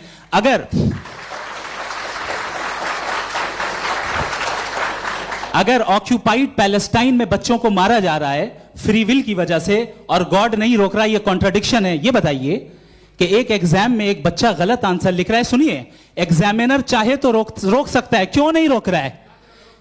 ये कॉन्ट्रडिक्शन है, ये कॉन्ट्रडिक्शन नहीं है। माइक नहीं सर, ये आपस में जी, ये क्या आपका सवाल? माइक दीजिए। फ्री विल दिया गया है टेस्ट के लिए, अकाउंटेबिलिटी के लिए। अगर फ्री विल नहीं होता तो आप कहते हैं हमें रोबोट बना दिया गया। नॉट मिसरिप्रेजेंट माय पोजीशन, आपकी जो भी पोजीशन, मैं अपनी फ्री विल के नाते, अपने ह्यूमन विजडम के नाते गाजा में हो रही अत्याचार का विरोध करता हूं। बिल्कुल करना चाहिए। के हिसाब से मैं गॉड की विजडम का विरोध कर रहा हूं? बिल्कुल नहीं, जो हो रहा है गॉड, बिल्कुल भी नहीं, बिल्कुल भी नहीं। उसका वहां पर गाजा में कत्ल होना ये इंसानों के गलत इस्तेमाल का नतीजा है, फ्री विल के इस्तेमाल का नतीजा है। गॉड इसका हुक्म नहीं देता, उससे रोकता है। यही तो मसला है ना, आपके लिए कॉन्सेप्ट क्लियर नहीं भाई, आपने तो बताया था इंजेक्शन लगाने से बच्चे को तकलीफ होती है, ये इंजेक्शन लगा। सर आप ऐसे रेटोरिक स्टेटमेंट दे तब तो कोई मसला नहीं समझते रहेंगे। This is a rhetoric statement, this is not a logical argument sir. I am sorry. आखिरी 30 मिनट बड़े मुश्किल होने वाले हैं जी। मुफ्ती साहब आगे बैठे हैं, इनको माइक दीजिए। हाँ तरुण, माइक आप अपने पास रखिए, आपको कैमरे का फ्रेम पता है जी। सबसे पहले दोनों को मुबारकबाद। एक सर अपना आप नाम बता दें। आप अमेरिका में शिकागो में रहते हैं, इतना मुझे याद है। बताया आपको, यासिर नदीम अलवाजदी मेरा नाम है। जावेद सर आपसे एक क्वेश्चन है इन्फिनिट रिग्रेस के ताल्लुक से। एक हाइपोथेटिकल सिनेरियो है, मसलन अगर आप सर माइक थोड़ा सा प्लीज क्लोज रखिए जी। अगर आप शायर इसलिए हैं कि आपके कोई उस्ताद शायर थे और वो इसलिए शायर थे कि उनके कोई उस्ताद शायर थे, और इसी तरीके से हम माजी में पीछे चलते चलते चले जाएं और कहीं ना रुके, तो माफ कीजिएगा आप कभी शायर नहीं हो सकते। लेकिन आप शायर हैं, आपका शेर एग्जिस्ट करता है, इसका मतलब ये है कि आप कहीं ना कहीं रुके हैं। तो मेरा सवाल ये है कि क्या आप इन्फिनिट रिग्रेस ऑफ कॉजेस को लॉजिकल फैलेसी मानते हैं या नहीं मानते? हाँ या ना? मैं इन्हें लॉजिकल फैलेसी नहीं मानता हूँ, लेकिन मेरा प्रॉब्लम यह है कि जब मैं नहीं मानता हूँ तो I will continue with this logic जो फैलेसी नहीं हो। आप एक जगह रुक जाते हैं जाके, आप कहते हैं ये गेंद कैसे बनी, ये जजीरा कैसे बना, ये समंदर कैसे बना, ये ज़मीन कैसे बनी, और अचानक गॉड पे जाके आपको ब्रेक लग जाता है। एक बार आप सवाल नहीं करते कि भाई इनको बनाने वाला तो इनसे भी कॉम्प्लिकेटेड होगा, वो कैसे बना, उसके बारे में आपने इत्मीनान कर लिया, वो हमेशा से है। तो अगर आप उसे हमेशा से मानते हैं तो फिर ये मान लीजिए कि कायनात हमेशा से है, क्या तकलीफ है? फिर हम वजूद में नहीं आते जी हैं? हम मौजूद नहीं। अच्छा सर क्यों नहीं हो मैं सकता? बताऊं प्लीज प्लीज। जैसे मैंने मिसाल दी आपके शेर, आपका शेर कभी वजूद में ना आता अगर शायर इसी तरह चलते रहते हमेशा। जी माइक मेरे ख्याल से एक सेकंड। इन्फिनिट रिग्रेस का कॉन्सेप्ट क्लियर नहीं हो पाया, ऐसे रहने दें, लेट्स मूव ऑन सर। ठीक है, हाँ थोड़ा सा मॉडरेटर का भी ख्याल रखें। नहीं आपने तो रखा है, आपने रखा है। यहाँ पे गौहर रजा साहब हैं, वो भी एक सवाल पूछना चाहते हैं। माइक नीचे से ऑन कर दिए नीचे। पहले तो ये कह दूं कि मैं उन बच्चों से शर्मिंदा हूं जिनको गजा में कत्ल किया गया, क्योंकि हमारे होते हुए कत्ल किया गया। लेकिन उससे ज़्यादा शर्मिंदगी इस बात से हुई कि मुझे लगा कि मुफ्ती साहब उसको जस्टिफाई कर रहे हैं। बिल्कुल भी नहीं, आप बहुत ही गलत। मुझे लगा मैं गलत हो सकता हूं, बिल्कुल गलत। मैं सवाल पूछ रहा हूं, सवाल मैं सवाल पूछ रहा हूं। मैं जावेद भाई से डिसएग्री करता हूं। एक सेकंड देखिए, अगर देखिए ऐसा, एक सेकंड आप सर वेट, अरे आप कुछ मेरे पहले मुझे अपनी बात क्या लेने दीजिए। अगर ऑडियंस तय करेगी तो फिर मॉडरेटर का मतलब नहीं। मेरा आप सबसे ये कहना है, ये बहस दो लोगों के बीच में है, एक तरफ मुफ्ती साहब, एक तरफ जावेद साहब। पिछले 1.5 घंटे से ये लोग अपने अपने तर्क रख रहे हैं। आपकी इनसे इत्तेफाकी हो सकती है, ना इत्तेफाकी हो सकती है। मेरे उस्ताद मुझे सिखा गए हैं कि मुखामुखम में असहमति की गुंजाइश बची रहनी चाहिए। अगर मैं आपकी बहुत इज्जत करता हूं गौहर साहब, आपने जो कमाल की किताबें लिखी, साइंटिफिक टेम्परामेंट, लेकिन मेरी ये गुजारिश है आप सबसे कि यदि आप इन लोगों ने जो बोला उन पर टिप्पणियां करेंगे तो ना वक्त की पाबंदी रहेगी ना वो अनुशासन। आप सवाल पूछ लें, उस सवाल में जो बात आ जाए वो आ जाए। मैं जावेद साहब से डिसएग्री करता हूं, इसलिए जावेद साहब से सवाल पूछ रहा हूं। आपका सवाल जावेद अख्तर साहब से। और सवाल ये है मेरा कि जावेद साहब ने कई बार लॉजिक का इस्तेमाल किया कि साइंस में लॉजिक है और रिलीजन में लॉजिक नहीं है। मेरा ख्याल ये है कि रिलीजन में भी लॉजिक है, लेकिन उस लॉजिक की बेसिस ये है कि आप रुक जाते हैं, जिसका जिक्र जावेद साहब ने बार बार किया, यानी खुदा के तसव्वुर पे आते हुए, गॉड के तसव्वुर पे आते हुए रुक जाते हैं। और इसमें सवाल पूछना मतलब फॉरबिडन होता है। सवाल यह है कि क्या जावेद साहब इससे एग्री करते हैं कि साइंस की लॉजिक अलग है और रिलीजन की लॉजिक अलग है? बताइए सर। देखिए, 3 चीज़ें हैं। साइंस है, एक है मंतिक है, इस्तिदलाल है, और एक जो है कुछ भी नहीं है, फेथ है, अकीदा है। मैं अकीदे की लॉजिक का कायल नहीं हूँ। मुझे आप इस्तिदलाल से, लॉजिक से, रीज़न से समझाइए, मैं मानने को तैयार हूँ, मेरा क्या नुकसान होगा। लेकिन ये कि अकीदे पे मैं नहीं जा सकता हूँ। अकीदे का मतलब है कि तुम ये मान लो, सवाल ना करो, ये नहीं। आप सारी बातें करके, बड़ी साइंटिफिक बातें करके एक जगह जाके खुदा के हुदूद पे रुक जाते हैं, सरेंडर कर देते हैं। मैं सरेंडर करने को तैयार नहीं। That's all. जी, ये आगे सर बैठे हुए हैं, इनको माइक दीजिए। भाई वो आप पूछना चाह रहे थे ना भाई? हाँ, नहीं मैं ये थैंक यू जी। आपका नाम? आसिम इफ्तिखार। आसिम जी, पूछिए। सर, जावेद सर से सवाल है कि आपने अपने क्लोजिंग माइक थोड़ा करीब रखिए। अपने क्लोजिंग स्टेटमेंट में ये बात कही थी कि मज़हब का जो फ्यूचर है वो ज़्यादा दिन नहीं जाने वाला है। लेकिन मैं देख पा रहा हूँ कि जो ऑक्सफोर्ड यूनिवर्सिटी की एक स्टडी है 2011 में हुई है, जिसके 50 एकेडमिशियंस ने इसको अंजाम दिया था, उसमें वो ये कहते हैं कि जो फेथ इन गॉड है वो इनबिल्ट है ह्यूमन नेचर के अंदर, जिसको हम कहते हैं फितरत के अंदर शामिल है वो। और वो ये कहते हैं कि अगर कोई ये समझता है कि मज़हब को वो ख़त्म कर देगा तो ये उसकी गलत फहमी है। तो आप इसके बारे में, इस स्टडीज़ के बारे में क्या कहते हैं? ठीक है, मैं उनसे एग्री नहीं करता हूँ। वो कौन से प्रोफेसर होंगे, ऐसा उनके क्या पास डेटा है, इन्होंने डेटा के बेस होगा। डेटा क्या हो सकता है? फ्यूचर का डेटा तो नहीं हो सकता ना उनके पास, प्रेजेंट का डेटा हो सकता है। डेटा आपने सुना 100 साल पहले का बाद का डेटा? मैंने तो नहीं सुना आज तक। तो आज उनकी ये राय है और होगी राय, ठीक है। दुनिया में तरह तरह की राय है लोग, लेकिन मैं समझता हूँ कि वक्त के साथ इंसान ज़्यादा से ज़्यादा रीजनेबल और लॉजिकल होता जा रहा है। आज आप देखिए वेस्टर्न यूरोप में क्या परसेंटेज है नॉन बिलीवर्स की, बहुत हाई। वहाँ चर्च खाली पड़े होते हैं। तो अल्टीमेटली तो इंसान कोई ऐसी बात बहुत अरसे तक नहीं मान सकेगा, चाहे गलत या सही, जो उससे उसके दिमाग को, उसके जहन को, उसके लॉजिक को अपील न करे। वो कह रहे हैं तो ऑक्सफोर्ड के होंगे तो कैम्ब्रिज के होंगे, तो मुझे क्या लेना देना। उनका डेटा मुस्तकबिल का नहीं हो सकता है। जी दीपक, हाँ पूछिए। मैं आऊँगा, अभी पीछे की साइड भी आऊँगा, माइक वहीं भेजूंगा 2-3 साल के लिए। जी जावेद साहब, आपसे सवाल है। नमस्ते।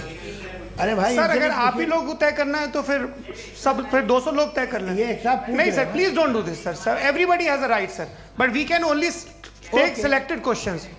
नो सर, ये यंग लोग भी हैं तो इनकी ये अब उतने यंग, भाई आप यंग हैं कि नहीं हैं? वो कह रहे हैं वो भी यंग हैं साहब, आप उनकी नौजवानी पर दावा उनको ही करने थे।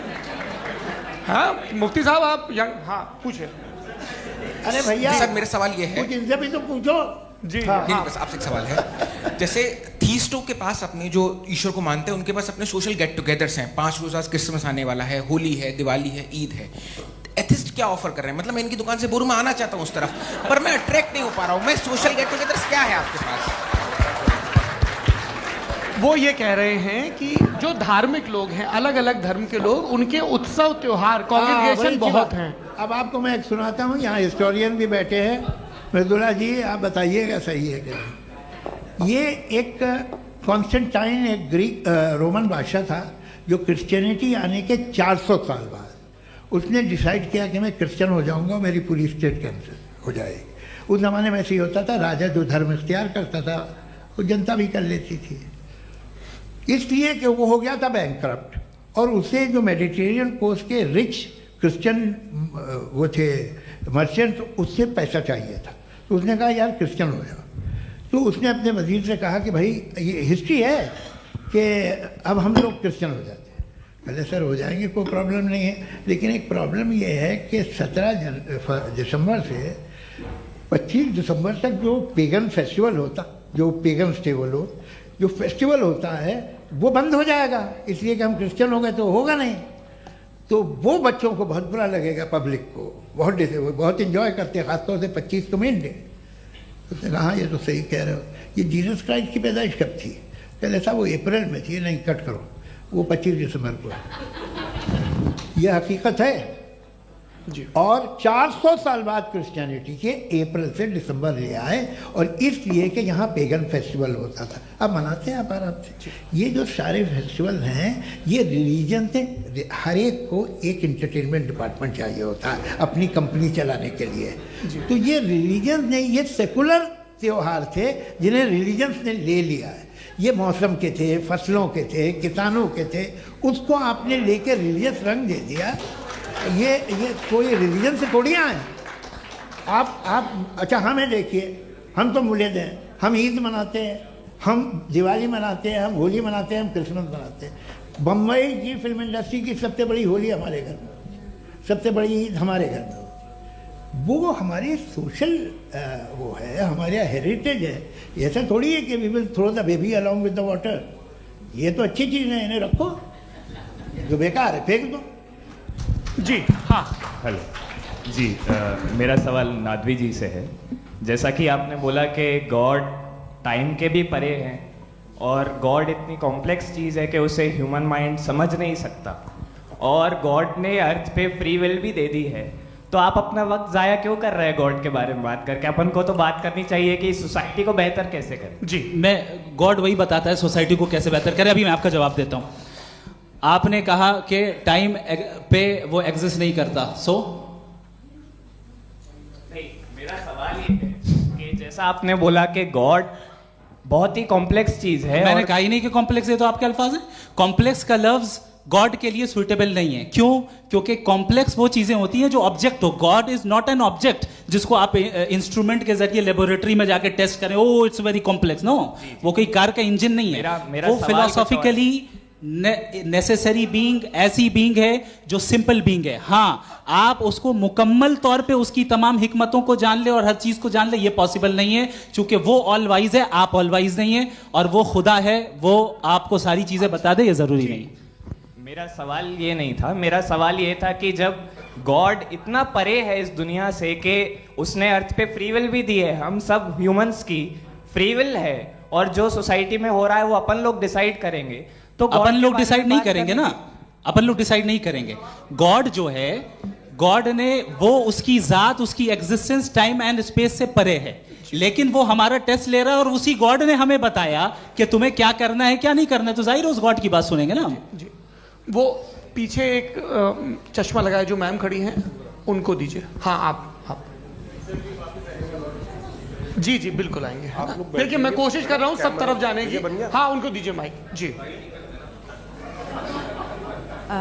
हेलो सर, मैं ओमनी प्रेजेंट नहीं हूँ, टाइम पाबंद हूँ और जहां तक कोशिश कर सकता हूँ करूंगा। जी, अपना नाम बताइए। मेरा नाम उर्सुला है, मैं दिल्ली यूनिवर्सिटी की एक स्टूडेंट हूँ और मैं स्टूडेंट फेडरेशन ऑफ इंडिया से हूँ। मेरा सवाल मुफ्ती जी से है कि इस हॉल के इस कमरे में बैठ के हम लोग रेप की मोरालिटी के बारे में फिलोसफिकली बात तो कर सकते हैं, बट असलियत ये है कि रोज़मर्रा की ज़िंदगी में औरतें रेप के थ्रू गुजरती हैं, और हम लोग सिर्फ नंबर्स पे इस तरह नहीं देख सकते, क्योंकि कितनी औरतें हैं इन कंट्रीज़ में जहाँ पे आप बता रहे हैं कि केसेस कम हैं, जिनका एक्सेस है कि वो जाके केस फाइल कर सकें। कितनी औरतें हैं जो जिनको काम करने की आज़ादी है उन कंट्रीज़ में। यूरोप में ये आज़ादी आ गई, यूरोप में ये रूल्स आ गए, तो हम आज उसके बारे में बात कर पा रहे हैं। जी, जवाब।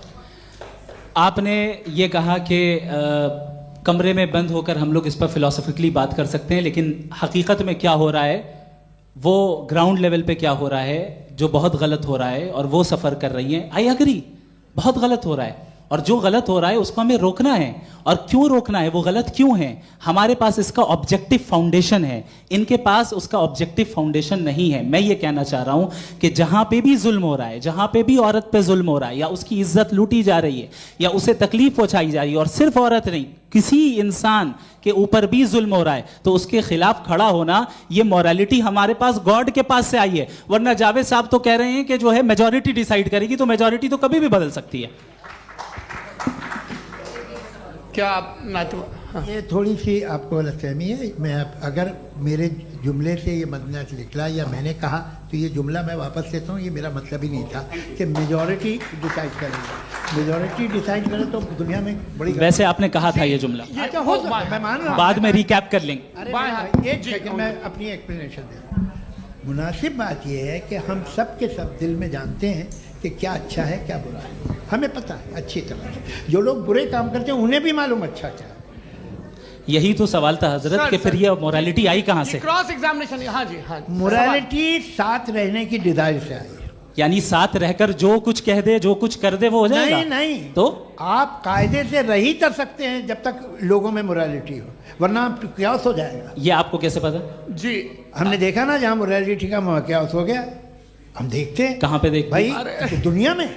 आप जो कह रहे हैं, आप कहीं पे अगर गलत हो रहा है तो उसको आप गलत देखिए। आप एपिस्टेमोलॉजी की बात कर रहे हैं, मैं ऑन्टोलॉजी की बात कर रहा हूं। मैं इस बहस के बाद आप दोनों लोगों को चाय पे होस्ट करूंगा, वहां पे क्रॉस एग्जामिनेशन कर लीजिएगा। अभी ऑडियंस का हक मार रहे हैं आप लोग। भाई सर, जस्ट लोग हैं आप लोग।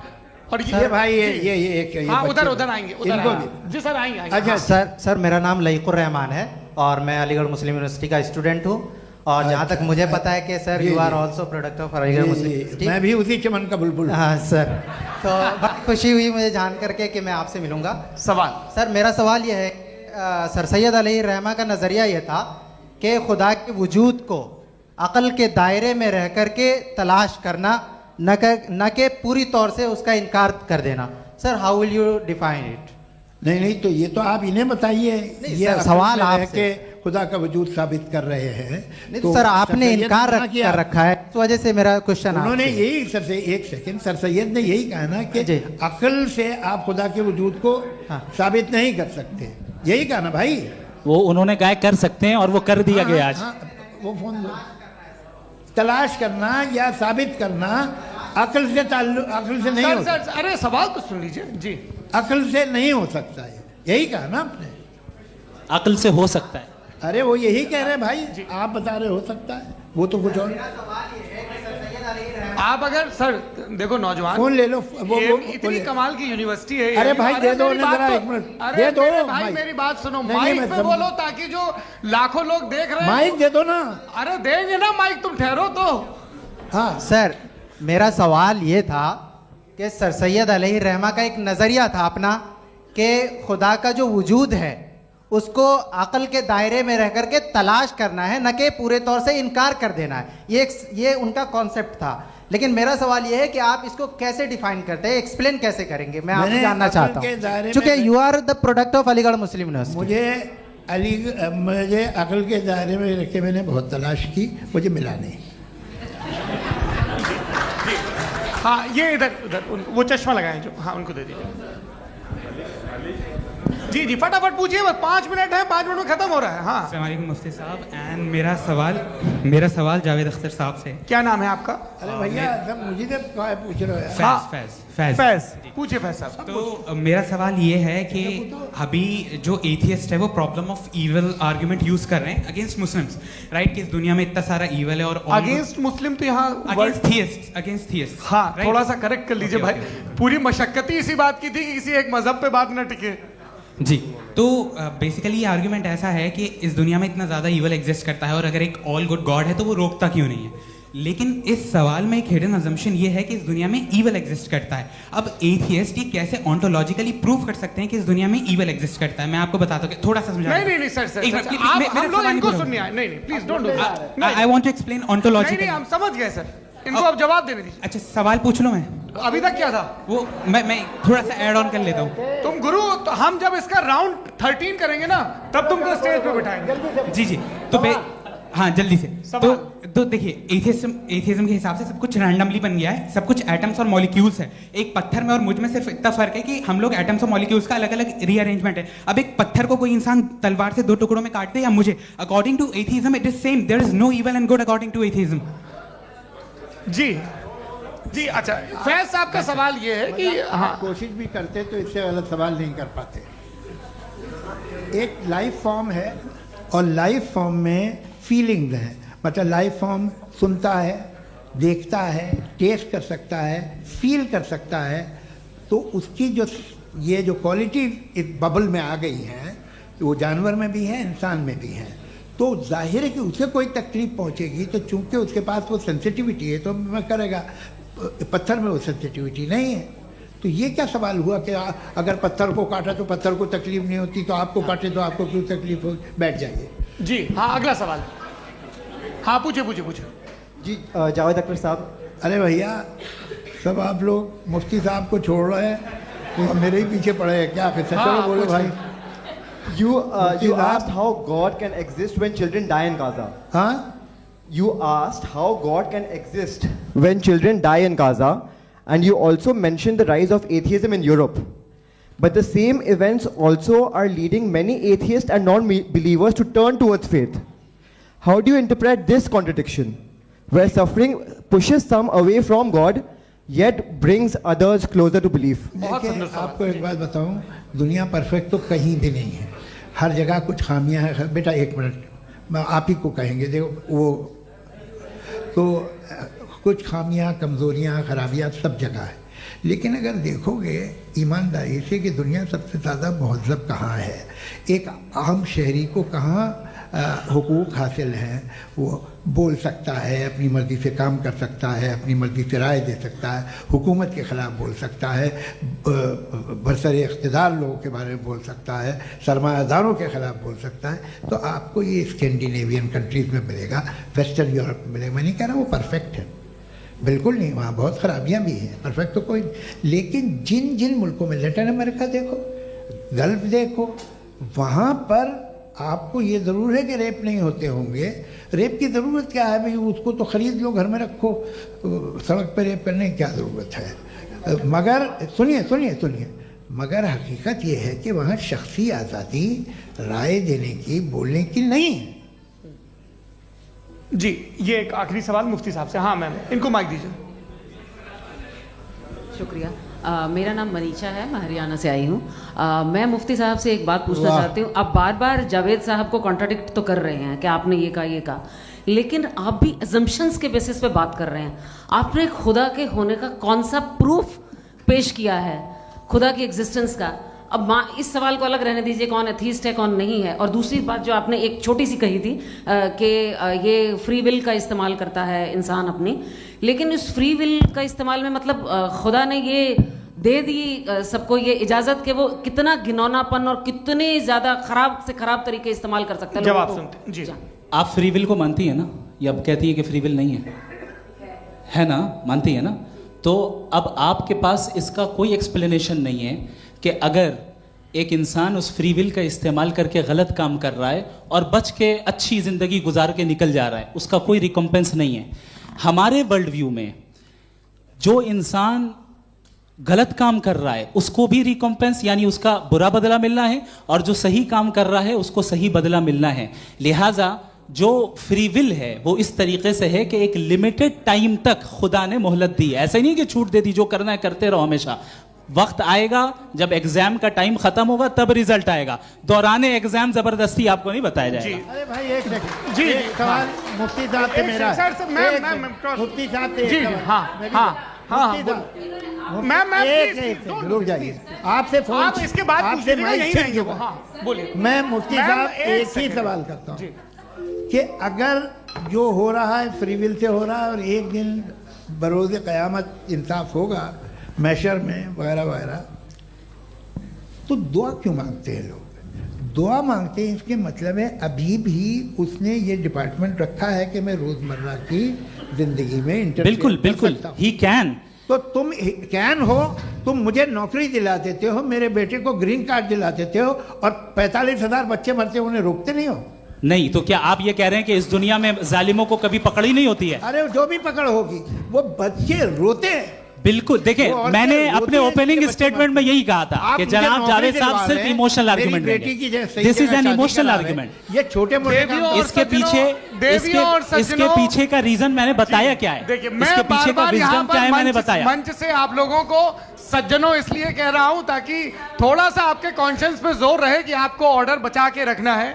वक्त तय हुआ था, ये वक्त पूरा हुआ, आपने इतने धैर्यपूर्वक सुना, मैं आप सबका बहुत बहुत शुक्रगुजार हूं। यदि इन दोनों विद्वानों की इच्छा होगी तो कभी हम इस बातचीत का राउंड 2, राउंड 3, यही तो देखिए खूबी है इंसान की कि बहस मुबाहसे में वो पड़ा रहता है। आप लोगों ने बड़े धैर्य का परिचय दिया, बहुत बहुत शुक्रिया। इसी के साथ ये बातचीत यहाँ पे समाप्त होती है। आप लोग को मैं एक बात बता दूं, ये सारी बहस हो गई, अब मुफ्ती साहब और बड़े मुफ्ती साहब इन साथ के साथ मैं खाना खाने वाला हूँ। अच्छा।